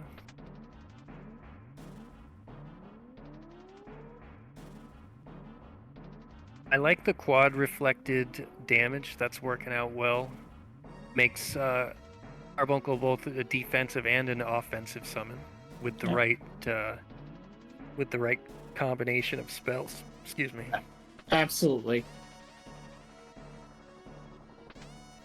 So going back to the back of Flying Lanka Runes is interesting. Again, it's like how much are you paying attention to the bingo board? Getting a general sense of time of how long it takes to get to certain spots. May have been able to pick up that this is, not going to be something on the bingo card, but unless you're really paying attention, you may not pick up on that. Yeah, it's hard because you need to pay the most attention to your own screen. By the way, that is a GG for Joe. That is 5 bingos if I counted right. Yep. With Bahamut down. Get your GGs out for JudgeJoe, taking both Game 1 and Game 2 of this series to advance to the finals to face, I believe, the Seawolf 1. Don't know when that's going to be scheduled, but it should be exciting.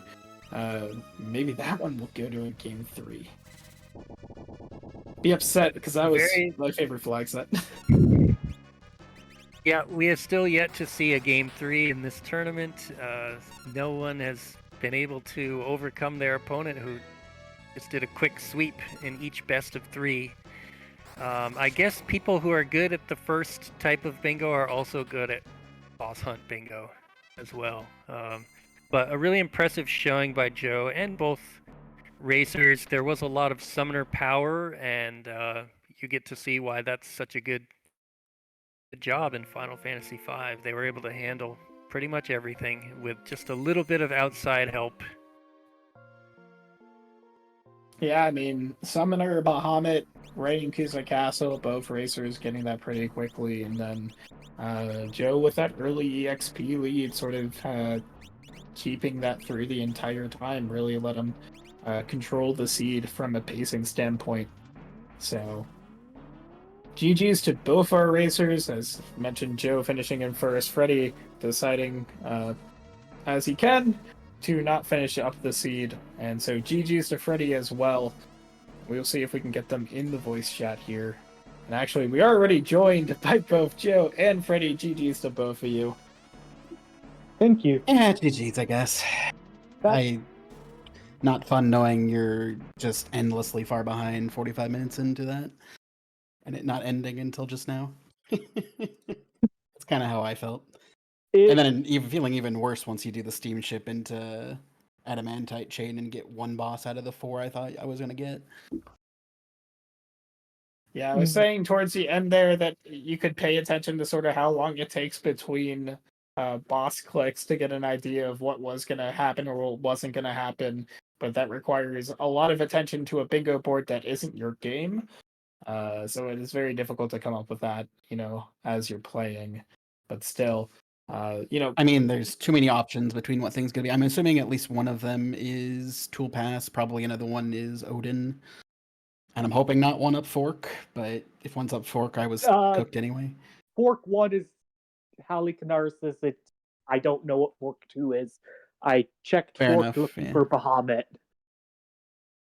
and okay. then was not Vanilla set up Bahamut, to it check turns Orc out. 2. Yeah. Yeah, unfortunately, Freddie, you inadvertently gave Joe this a little bit of information by defeating Vanilla Bahamut there, because that ended up being his winning tile, and he kind of I was hoping searched he'd think around I a little rushed the bit void, for where you honestly. found it. Well, he did. Joe went to the Oh, he did. void, Okay. but So the plan after worked. fighting bosses there, realized that's not where Freddie found Bahamut, and then went looking for it elsewhere, like Fork Tower and such. Yeah, part of it has got to Yeah. be. I don't know, Joe. You can correct me if I'm wrong, but I was saying that if you noticed sort of the time delay between clicking Hiryu Point, which you very much know is going to be the last boss before you enter World 3, and by the time you click Bahamut, and knowing that Bahamut's sort of a longish fight, that it wasn't going to be deep in the void, and so you take a couple fights there, and then you're like, okay, it wasn't here because the timing, the time delay between those two squares doesn't make much sense, right? Yeah. I don't know if there was any metagaming there. I mean, Between 12 Hiryu, minutes is a but long time. I could have done any number of things. I could have gone the whole void if it was an easy void. the second part of the void But is I easy. just didn't have a good setup. So, like, when my setup is Bahamut for half of my attacks, and you're already the entirety, like, I last location go because I was banking on it not being anything, and it was the chain to get to the castle. And by the time I killed Go-Go, you were already through the castle, I think. So, like, I was hopelessly far behind. I don't know. Did you find Dancer or something? Like, that's the only thing I can think of how you plowed through so fast. Other than getting lucky and going straight to T-Rex, but Yeah, that wasn't the That was T-Rex actually was what technically happened, the lucky. latter thing.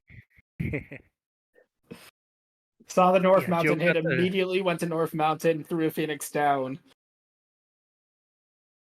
So yeah, And that had that so is Joe had that early lead because of that, yeah, and then kind of just extended it throughout the rest of the seed. It was Were you hard just for using you, Bahamut the Freddie, whole to time too? Ice yeah. 3 I was doing Yeah. Bahamut into eventually Ice 3. Okay, so we did do the same strats. You just And were then once hopelessly I ahead. went into French, I pivoted my Dragoon, which was solely for X-Death, into a double chicken knife ninja, but I don't even know if they were that much of help. I wasn't checking stuff at that point. I'm just like, I need to catch up. Hopefully, I can get through stuff. But Oh yeah. oh, where were Guardian the was where not a good was draw. Minnow triplets and Chimera? I'm guessing Odin, or like one of the gargoyle spots. Odin Mirror and Brain was Shrine Shrine. 1. Yeah. Minnow was Falls 1, and Triplets, I think, was the Tool Pass. Yes. Okay, So, yeah. That's roughly what I was going to be doing. So I also forgot to mark down Shrine and Falls page for me. So shrug. I saw that I you was going to check. had Yeah. Bahamut, so I did not progress further into the falls. Makes sense. Yeah, it's interesting. I was just hoping that you would get bad luck on Bahamut and die. So yeah. I did. Once. Yeah. I got yeah, more than once. I needed you to die like 10 times. I managed to get lucky and one shot it, but Oh, it was Sand. Okay, yeah, that's what Quicksand happened. into Maelstrom. ooh, rough. I'm Yeah, like, that's not gonna end well. fine! Maelstrom. It's Can he not cast fine. Mega Flare there? He can. Oh, okay. I'm like, if he Yeah, can't cast Mega it was Flare in his quite vanilla nice spot, that I he have words didn't. to say. It is 1/3 of a chance until you get to about half his HP. Then it becomes, I think, essentially 2/3 of a chance with some turn variation. So yeah, I Cool. mean, surprisingly, we didn't see any Mega Flares from either I'd have liked Bahamut. to see a Mega Flare. Yeah, Carbuncle, you had it set up. Unfortunate. Oh yeah, Carby would have worked. I forgot about Carby. I had Carby, but So I had this ninja who was all set to do 10k around because they were Zerk double chicken knife. First time he hits and it's cool, then I die. Second time I get set up, I'm reflecting Ice 3 for double damage, and my ninja's like, can't run. Can't run. Can't run. Can't Yeah. run. It was a fun strat, though. I enjoyed you killing Minnow before he, right at the instantly, basically at the start of the fight with damage from that angry ninja. Yeah, I had a plan for Minnow. It was just throwing rods, or breaking rods, but That it would have was my worked. plan, and then he outscaled. But Yeah, like any of the spots that he was at, I would have been able to kill as long as it wasn't like top of pyramid or something, or fork. Fork would have sucked. I enjoyed the amount of waiting we had in this seed. Yes. Oh Both of yeah, you had did you have to do both Gilgamesh 4 Yeah. and Necro? I took like 3 piss breaks, honestly. between Go-Go and the long Much speech coffee. of Necro. Absolutely. We saw a bunch of waiting. Hope you guys were able to stretch during that or sort of I was figure out what your definitely plans were. taking a walk. Yeah. I'm just like, looks at 30,000, looks at damage. All right, I'm just gonna sit. I'm not going to do anything here. I learned today that you can't haste 2 enemies. Well, we were actually talking Yeah, about we this. You had Pick the at least carbuncle. one. Oh yeah, because I Yeah. could have carbuncled it. Yeah. That requires me to remember that carbuncle is a Esper that exists, which I did not, obviously. It would have been funny because Go-Go counters magic with magic, and if you had gotten the right spells, he could have killed himself off of your haste reflected haste 2. But if he got the wrong roll, he would have meteored you. So I think that might have I actually might have been ruined able to one shot if I carbuncle was into reflect borderline. magic. Oh yeah, if you had done carbuncle and then odd reflected ice 3 or something, that probably would Yeah. have killed him. Yeah. I don't know if Wasn't you had real Ice 3 at that close. time, though, so. I Yeah, did. might not have had Yeah. it yet. Oh, did you? Okay. Yeah. And whether you had rods, there were ice rods. I think had both of ice rod and ice 3, so I had one double damage ice. But I'm not sure if that ice 3 double Exodus that would have damage been would have castle actually had wizard killed. rods. Yeah, Yeah, XF 2 wizard Castles. rods in the castle was fun. Yeah. Yeah, it was a very strong seed for summoner. Lots of good summoner things were found So early and often. slow. I hate Bahamut. I hate when Bahamut's Yes. your only damage. It's like, well, I guess I'm just sitting through this long. Same with Meteo. Like, Meteo and Bahamut just take Bahamut, if forever. its damage was better, would be nice.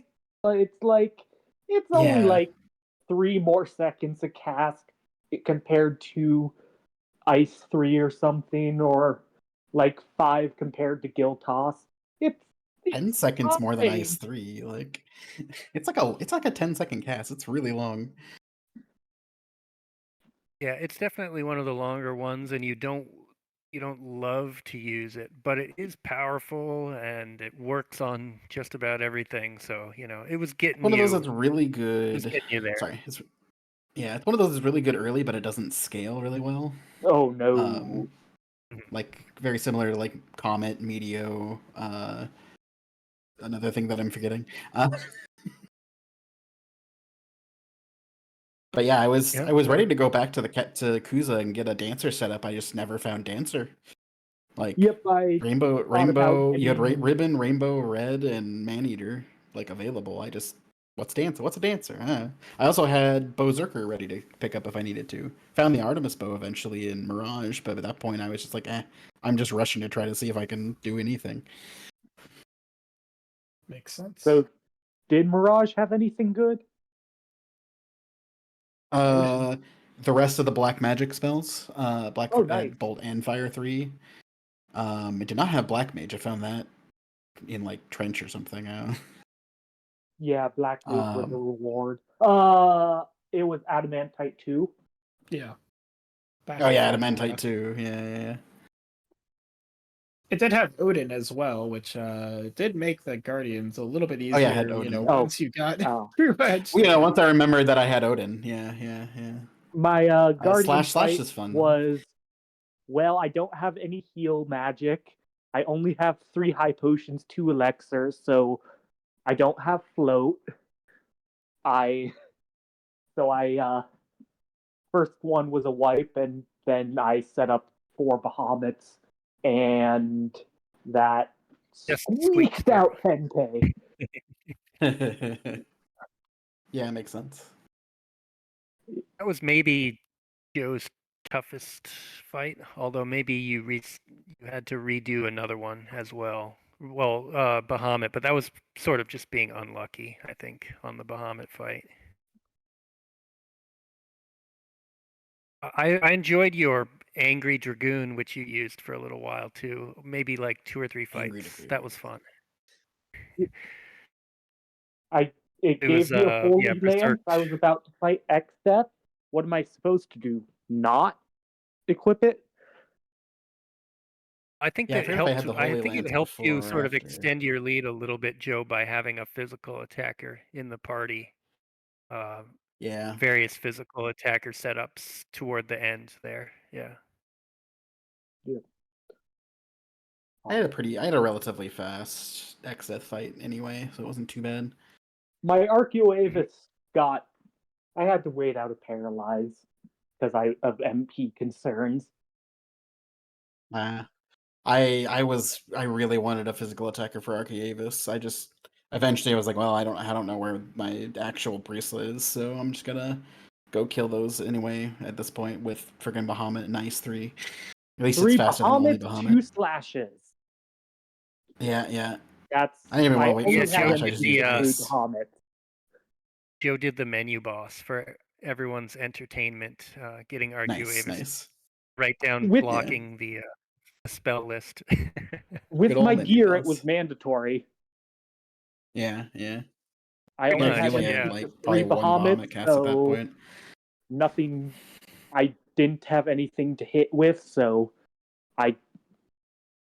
if I ran out of MP, I might have had like a knife and gone to that, but I'm not even sure I had that. So Yeah.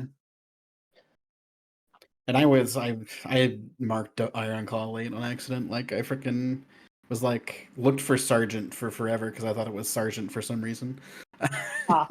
Don't worry, I Joe has also Soul Cannon. completely forgot about whatchamacallit. Soul Cannon. Soul Cannon. I'm like, Oh yeah. oh cool, there was a boss hidden behind whatever this chain was. Neat. And then I didn't mark it. And then I see Soul Yeah, Cannon, I'm like, oh, I need to mark it. Whoops. Yeah, it happens. I did it last match too. I accidentally. Was so focused on the 6 hints, I didn't even see the 4 hints. I'm like, oh, there's a 4 hints. I think I had 5 hints when I actually checked it because I saw you check it. I'm Yeah, like, oh, that shit. sounds about right. Although watching the hints in the last one, I'm like, I think I know around where he is, and it's Moogle Waterway. Yep. All right. So with that, Joe, you advance to the finals yet again in your quest to avoid the Buffalo Bills, or being the Buffalo Bills. Yay. Unfortunately, you are out this tournament. But again, very well run races by both of you, both in game 1 and game 2. They were exciting to watch. They were great to watch as well. Any final thoughts on this seed? And Freddie, any final thoughts on this tournament as a whole? Interesting tournament. Maybe not my favorite in the world. I know we struggled to figure out what we wanted for flags for this one, and could definitely use some work, I think, in the future. But otherwise, like, yeah, I had fun. Need to practice more before the next one. I'm too out of practice. Unfortunately, there is no third match place in this rule set. Even though we could have an unofficial one if the runners want. Yeah, you and Eladris need to do a single match, not a third place match, of just game 3 settings. I was gonna say, like, me and Alicia should just do the lockout bingo. Let's go. that would be really fun. Yeah, we should look into organizing that. Yeah, I'll poke them. See if they're Yeah. interested. Be really nice to showcase that for sure. That Yeah, also would want to see means that. that also means we now know the participants for the grand final, don't we?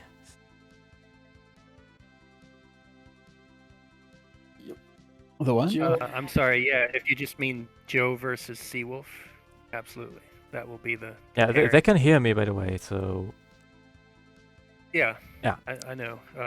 Joe versus Seawolf in the final is the plan. Sometime next week. Hasn't been scheduled yet, of course.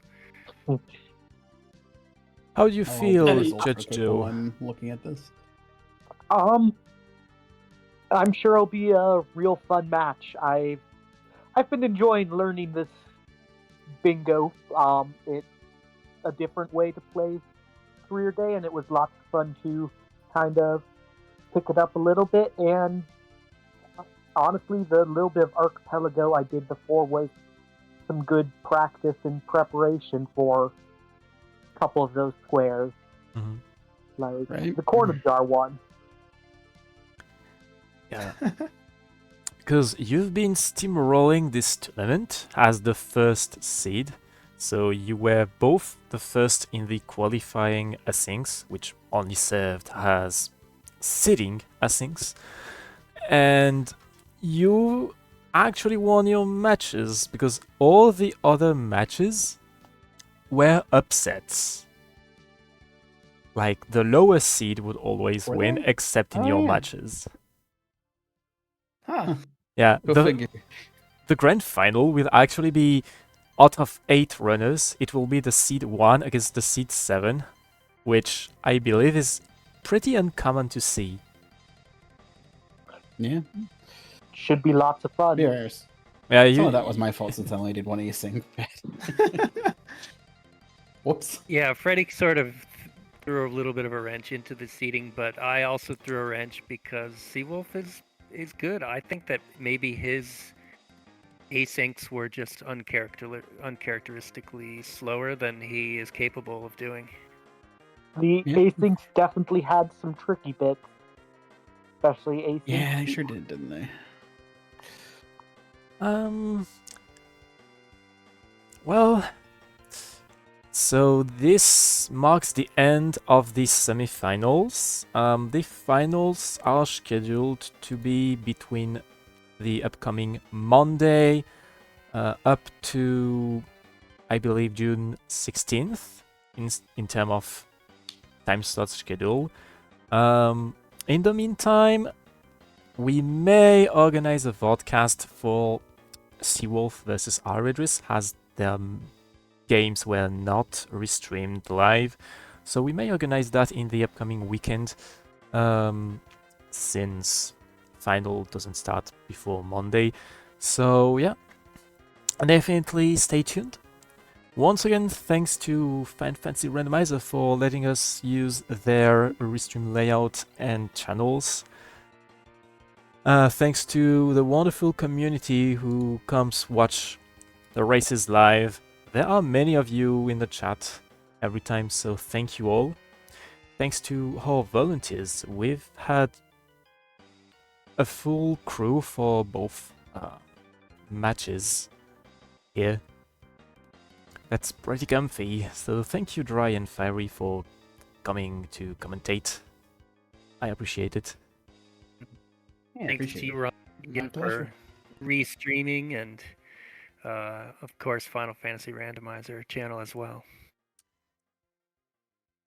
Alright, we can also do some shoutouts to the runners, of course, because we wouldn't have any good race to restream without the races. And yeah, even though some of them will be involved in upcoming marathons, like there is the Final Fantasy Randomizer marathon happening in the later months. There's a few other events here and there, like tomorrow there's going to be Shime running in another marathon, I believe. They posted earlier. So yeah, there's a lot of various content for Fantasy 5 Career Day. You can join our servers by typing !FF5CD in the chat. The bot will give you links to our server and to the website for more info. And yeah, we hope to see you in the next races as well. Thank you everyone, and goodbye.